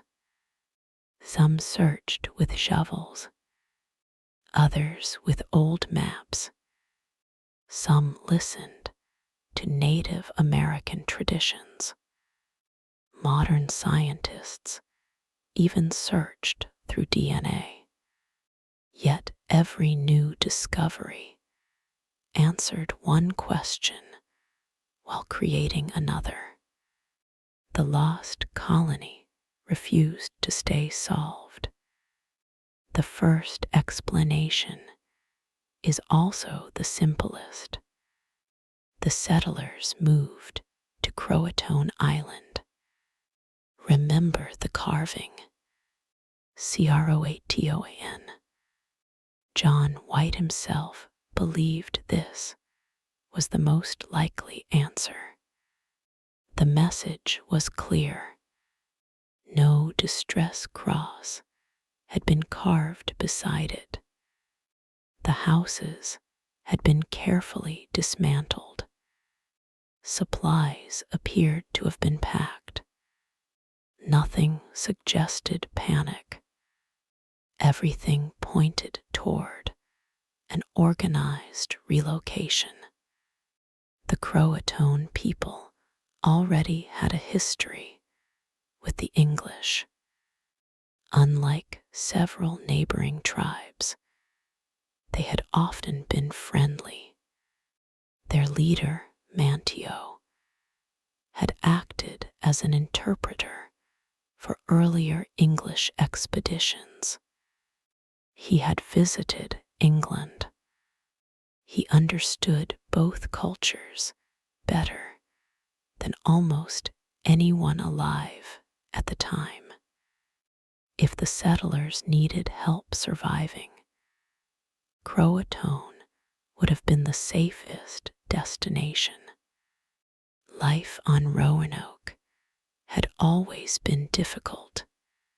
Food shortages, harsh weather, limited supplies, political disagreements. Moving closer to allies made practical sense. Instead of trying to survive alone, the colonists may simply have joined a native community. History contains many examples of small colonial settlements being absorbed into local societies. Perhaps Roanoke was no different. For centuries, however, this remained only a theory. Then archaeologists began finding intriguing clues. On Hatteras Island, the modern name for Croatoan, researchers uncovered several European objects dating to the late 16th century. Among them were small gun parts, metal tools, fragments of pottery, pieces of clothing accessories. These items appeared in Native American villages. At first glance, this seemed exciting. Had archaeologists finally found the lost colony? Perhaps, but there was a problem. European trade goods were already spreading through Native American communities. English explorers, Spanish expeditions, French fishermen. Objects often traveled much farther than the people who first carried them. A single European knife did not necessarily prove English settlers had lived there. Trade could explain much of the evidence. Still, some discoveries stood out. Researchers found items that ordinary trade seemed less likely to explain. Writing slates, precision metalworking tools, household objects more commonly associated with English families than with trading networks. None alone proved the colony survived there. Together, however, they suggested something interesting. Perhaps at least a few colonists had indeed joined the Croatoan people. Another theory points farther inland. Several decades after Roanoke disappeared, English explorers reported meeting native communities with unusual stories. Some chiefs claimed their ancestors had sheltered white settlers. Others described villages where people supposedly built houses differently from neighboring tribes. One report even mentioned native people who possessed European books and metalworking knowledge. One of the most discussed accounts came from explorer John Lawson in the early 1700s.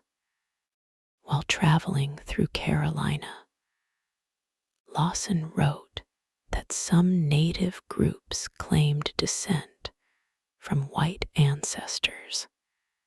He even noted that certain individuals reportedly had gray eyes. Today, this story appears in countless books about Roanoke, but historians urge caution. Eye color alone proves nothing. Stories change over generations. Lawson himself may have misunderstood what he heard.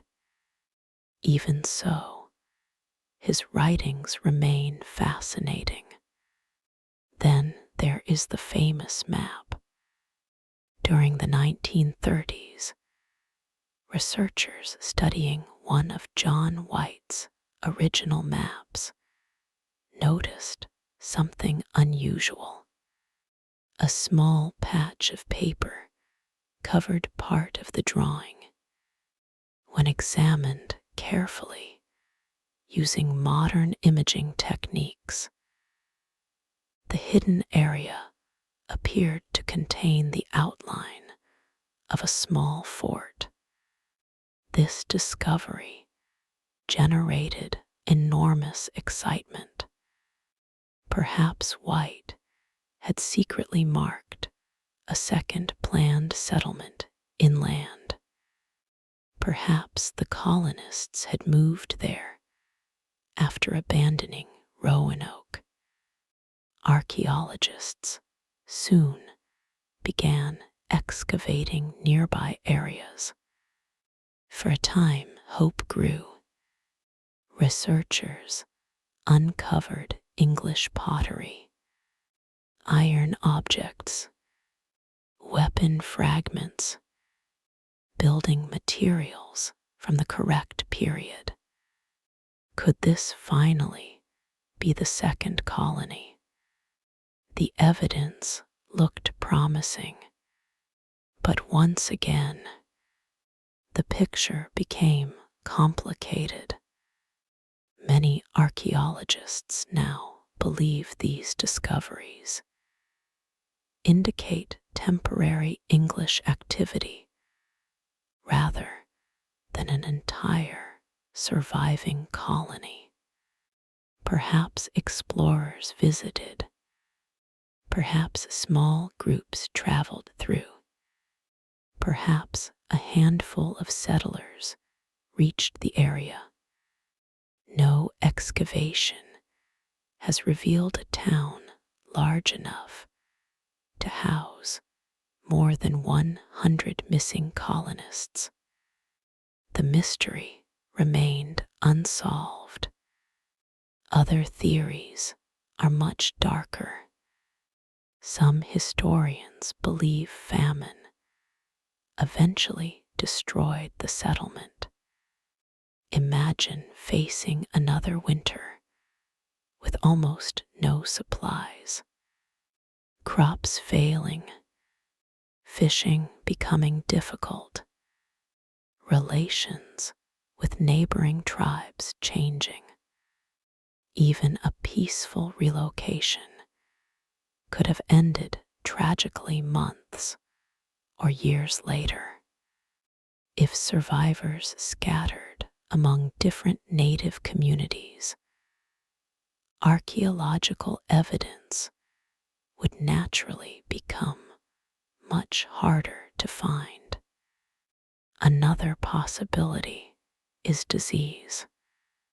European diseases devastated native populations throughout the Americas.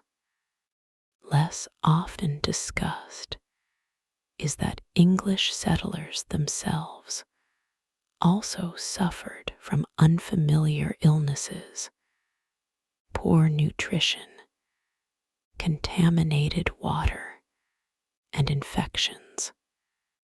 Without doctors or medicine, relatively minor illnesses could become deadly. A struggling colony might slowly disappear without leaving dramatic evidence. Violence has also been proposed. Some neighboring tribes were openly hostile toward the English. Earlier conflicts had already claimed lives. If alliances collapsed after White's departure, attacks may have followed. Yet this theory faces an important problem. The abandoned settlement showed no signs of battle, no burned buildings, no scattered weapons, no mass graves, no desperate defenses. If violence occurred, it probably happened somewhere other than Roanoke itself. Perhaps the colonists divided into smaller groups. One family moved to Croatoan, another traveled inland, others joined different native communities. Instead of disappearing together, they slowly disappeared separately. Over years or decades, they blended into surrounding populations. Their English identity gradually faded. Their descendants no longer thought of themselves as colonists. If that happened, the lost colony was never truly lost. It simply became something new. Modern science has entered the search as well. Researchers have explored DNA studies among families claiming descent from native communities connected to Roanoke. Others have compared historical records with genetic evidence. So far, no DNA study has produced universally accepted proof linking living people directly to the lost colony. The passage of more than 400 years makes such work extraordinarily difficult. Generations of migration and intermarriage blur almost every genetic trail. Archaeology continues every year. Ground-penetrating radar scans buried landscapes. Satellite imaging reveals ancient earthworks. Tiny fragments of pottery receive laboratory analysis. Even pollen trapped beneath the soil can reveal what crops once grew nearby. Today's archaeologists often solve mysteries using technologies John White could never have imagined. Yet Roanoke continues to resist certainty. Perhaps the greatest lesson comes from what historians do not know. Popular culture often invents dramatic endings, alien abductions, secret conspiracies, supernatural curses, hidden underground cities.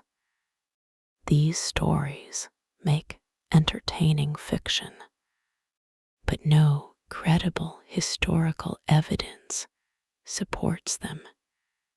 The real mystery is quieter, and in many ways, far more human. A small community disappeared into an unfamiliar world. History simply lost track of them. Sometimes, history does not end with a single dramatic moment. Sometimes it fades. One family marries into another. Children learn a new language. Old traditions disappear. Names change. Documents are never written. After enough generations, people remain, but their original story vanishes. That may be exactly what happened at Roanoke. 400 years after the colony disappeared, visitors still walk across Roanoke Island. The forests whisper much as they did in John White's time. The wind still crosses the dunes.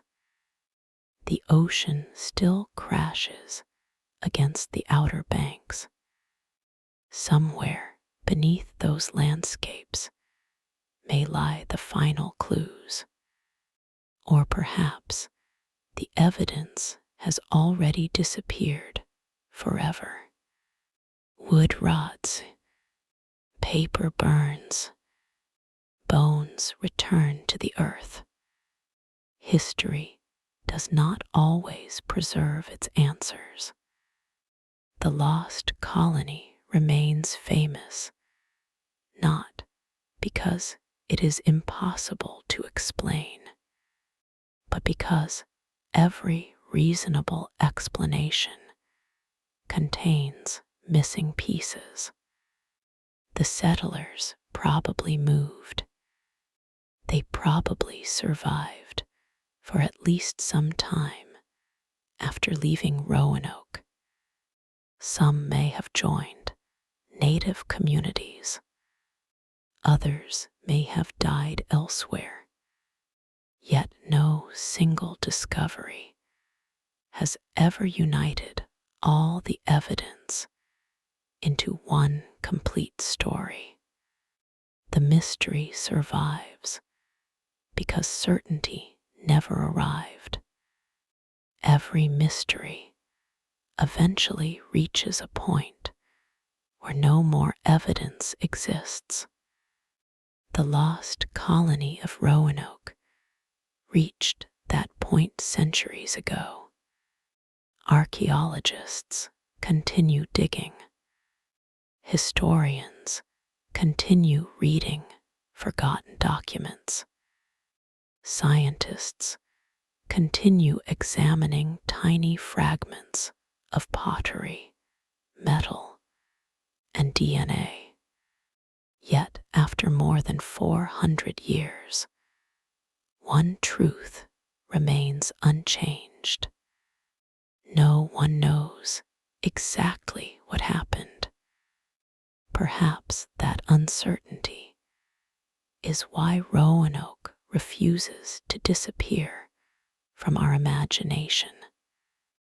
Most historical mysteries end with a dramatic discovery, a forgotten letter, a buried ship, an ancient tomb, one remarkable clue that suddenly makes everything clear. Roanoke has never offered that gift. Instead, it presents us with something much rarer, a puzzle that appears almost solvable. Almost every generation comes close. Then another missing piece appears. Today, most professional historians no longer believe the settlers simply vanished overnight. The old legends of ghosts, curses, or supernatural disappearances make for entertaining stories, but they are not supported by evidence. History usually favors ordinary explanations over extraordinary ones, and the ordinary explanation is surprisingly hopeful. Many researchers believe at least some of the colonists survived. Think again about the clues. The houses were carefully dismantled. No signs of battle. No burned buildings. No mass graves. The message CROATON was carved deliberately. No distress cross accompanied it. Taken together, Those details suggest planning rather than panic. The settlers likely made a decision, not a desperate escape, a relocation. Imagine standing in their place. England had failed to return. The governor had been gone for years. Supplies were running low. Children were growing older. Nearby native communities understood the land. They knew where to fish, where to hunt, when crops should be planted. Joining them may not have felt like surrender. It may have felt like survival. If that happened, then something interesting follows. The lost colony may never have been completely lost. Its people may simply have stopped thinking of themselves as English colonists. Children raised among native families would learn new languages, new customs, new traditions. Within a generation or two, they would belong to a different world. History often imagines cultures as separate. Reality is usually more complicated. People adapt, communities merge, identities change. That possibility carries a quiet irony. England searched for a colony. Instead, the colonists themselves may have found a new home, not the one they expected, but one that allowed them to live. If so, Roanoke's story is less about disappearance than transformation. Of course, not everyone would necessarily have survived. Life in the late 16th century was difficult everywhere.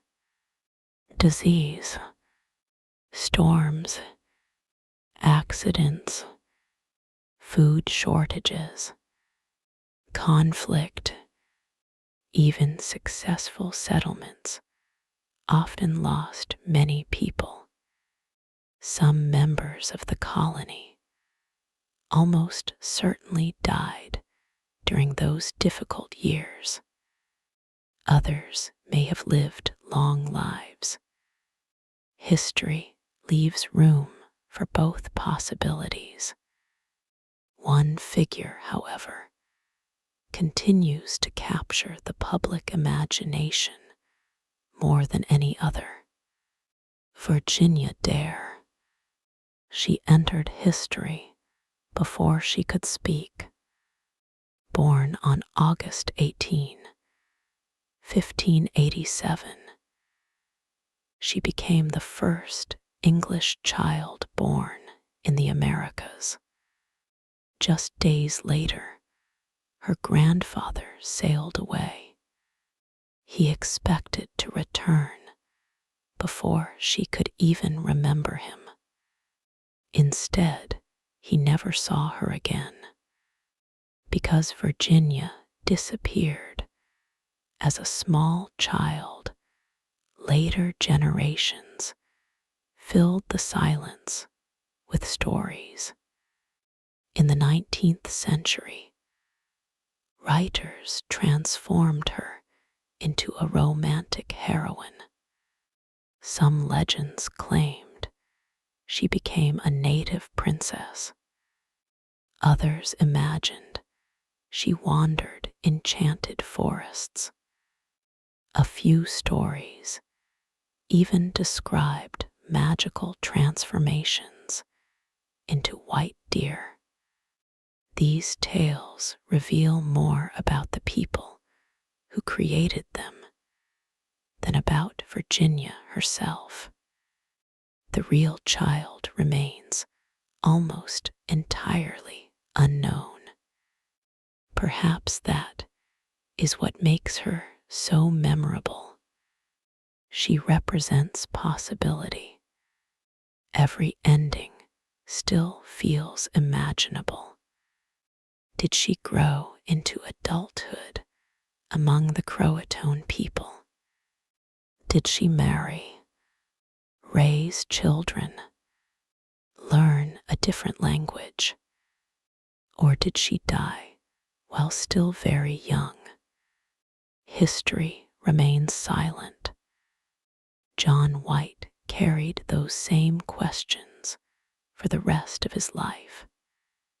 Imagine growing old without knowing the fate of your daughter, without knowing whether your granddaughter survived, without discovering whether your family waited only a few miles away, while storms forced your ship back to England.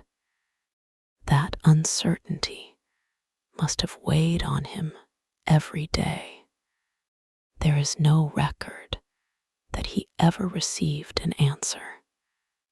Roanoke also reminds us how fragile history really is. We often imagine the past as carefully recorded. Kings employed scribes. Governments preserved documents.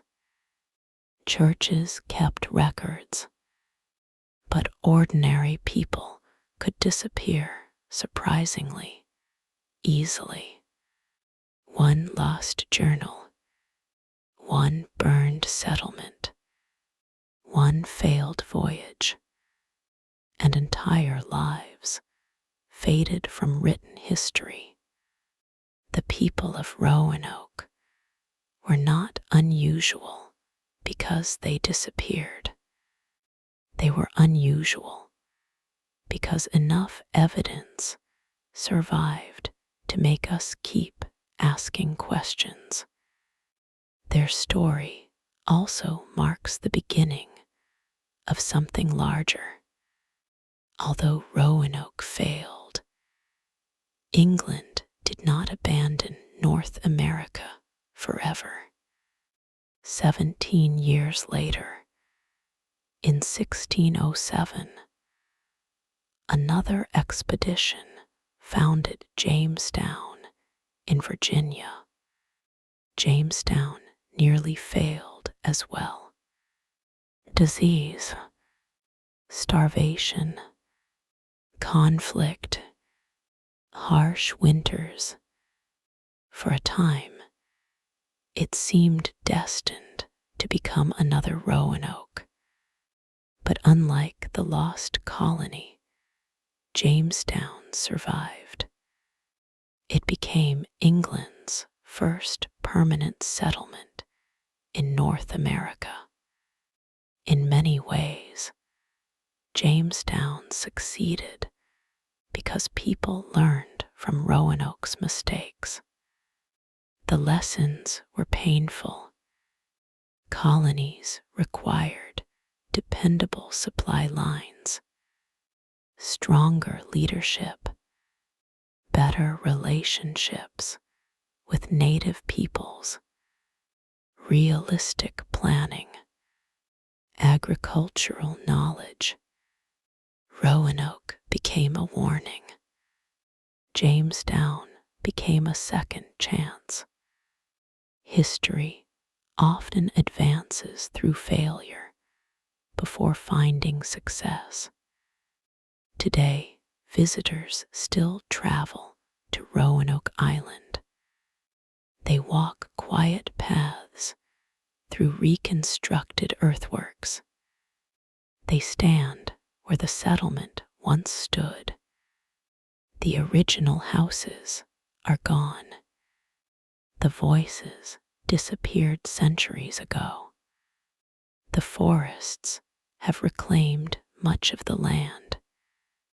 Only the wind remains unchanged.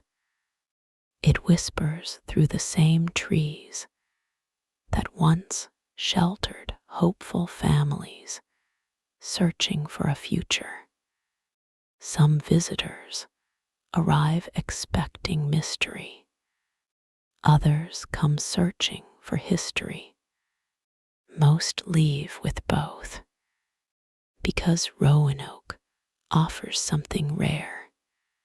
Not certainty, not closure, but perspective. It reminds us that history is not simply a collection of dates and victories. It is made from ordinary people making impossible decisions, parents trying to protect children, communities trying to survive, travelers placing hope in uncertain journeys. Perhaps the greatest mystery is not where the colonists went. Perhaps the greater mystery is how such a small settlement left such a lasting mark on history. Barely more than 100 people, no grand battles, no mighty empire, no enormous city, yet their unanswered story has endured for more than 4 centuries.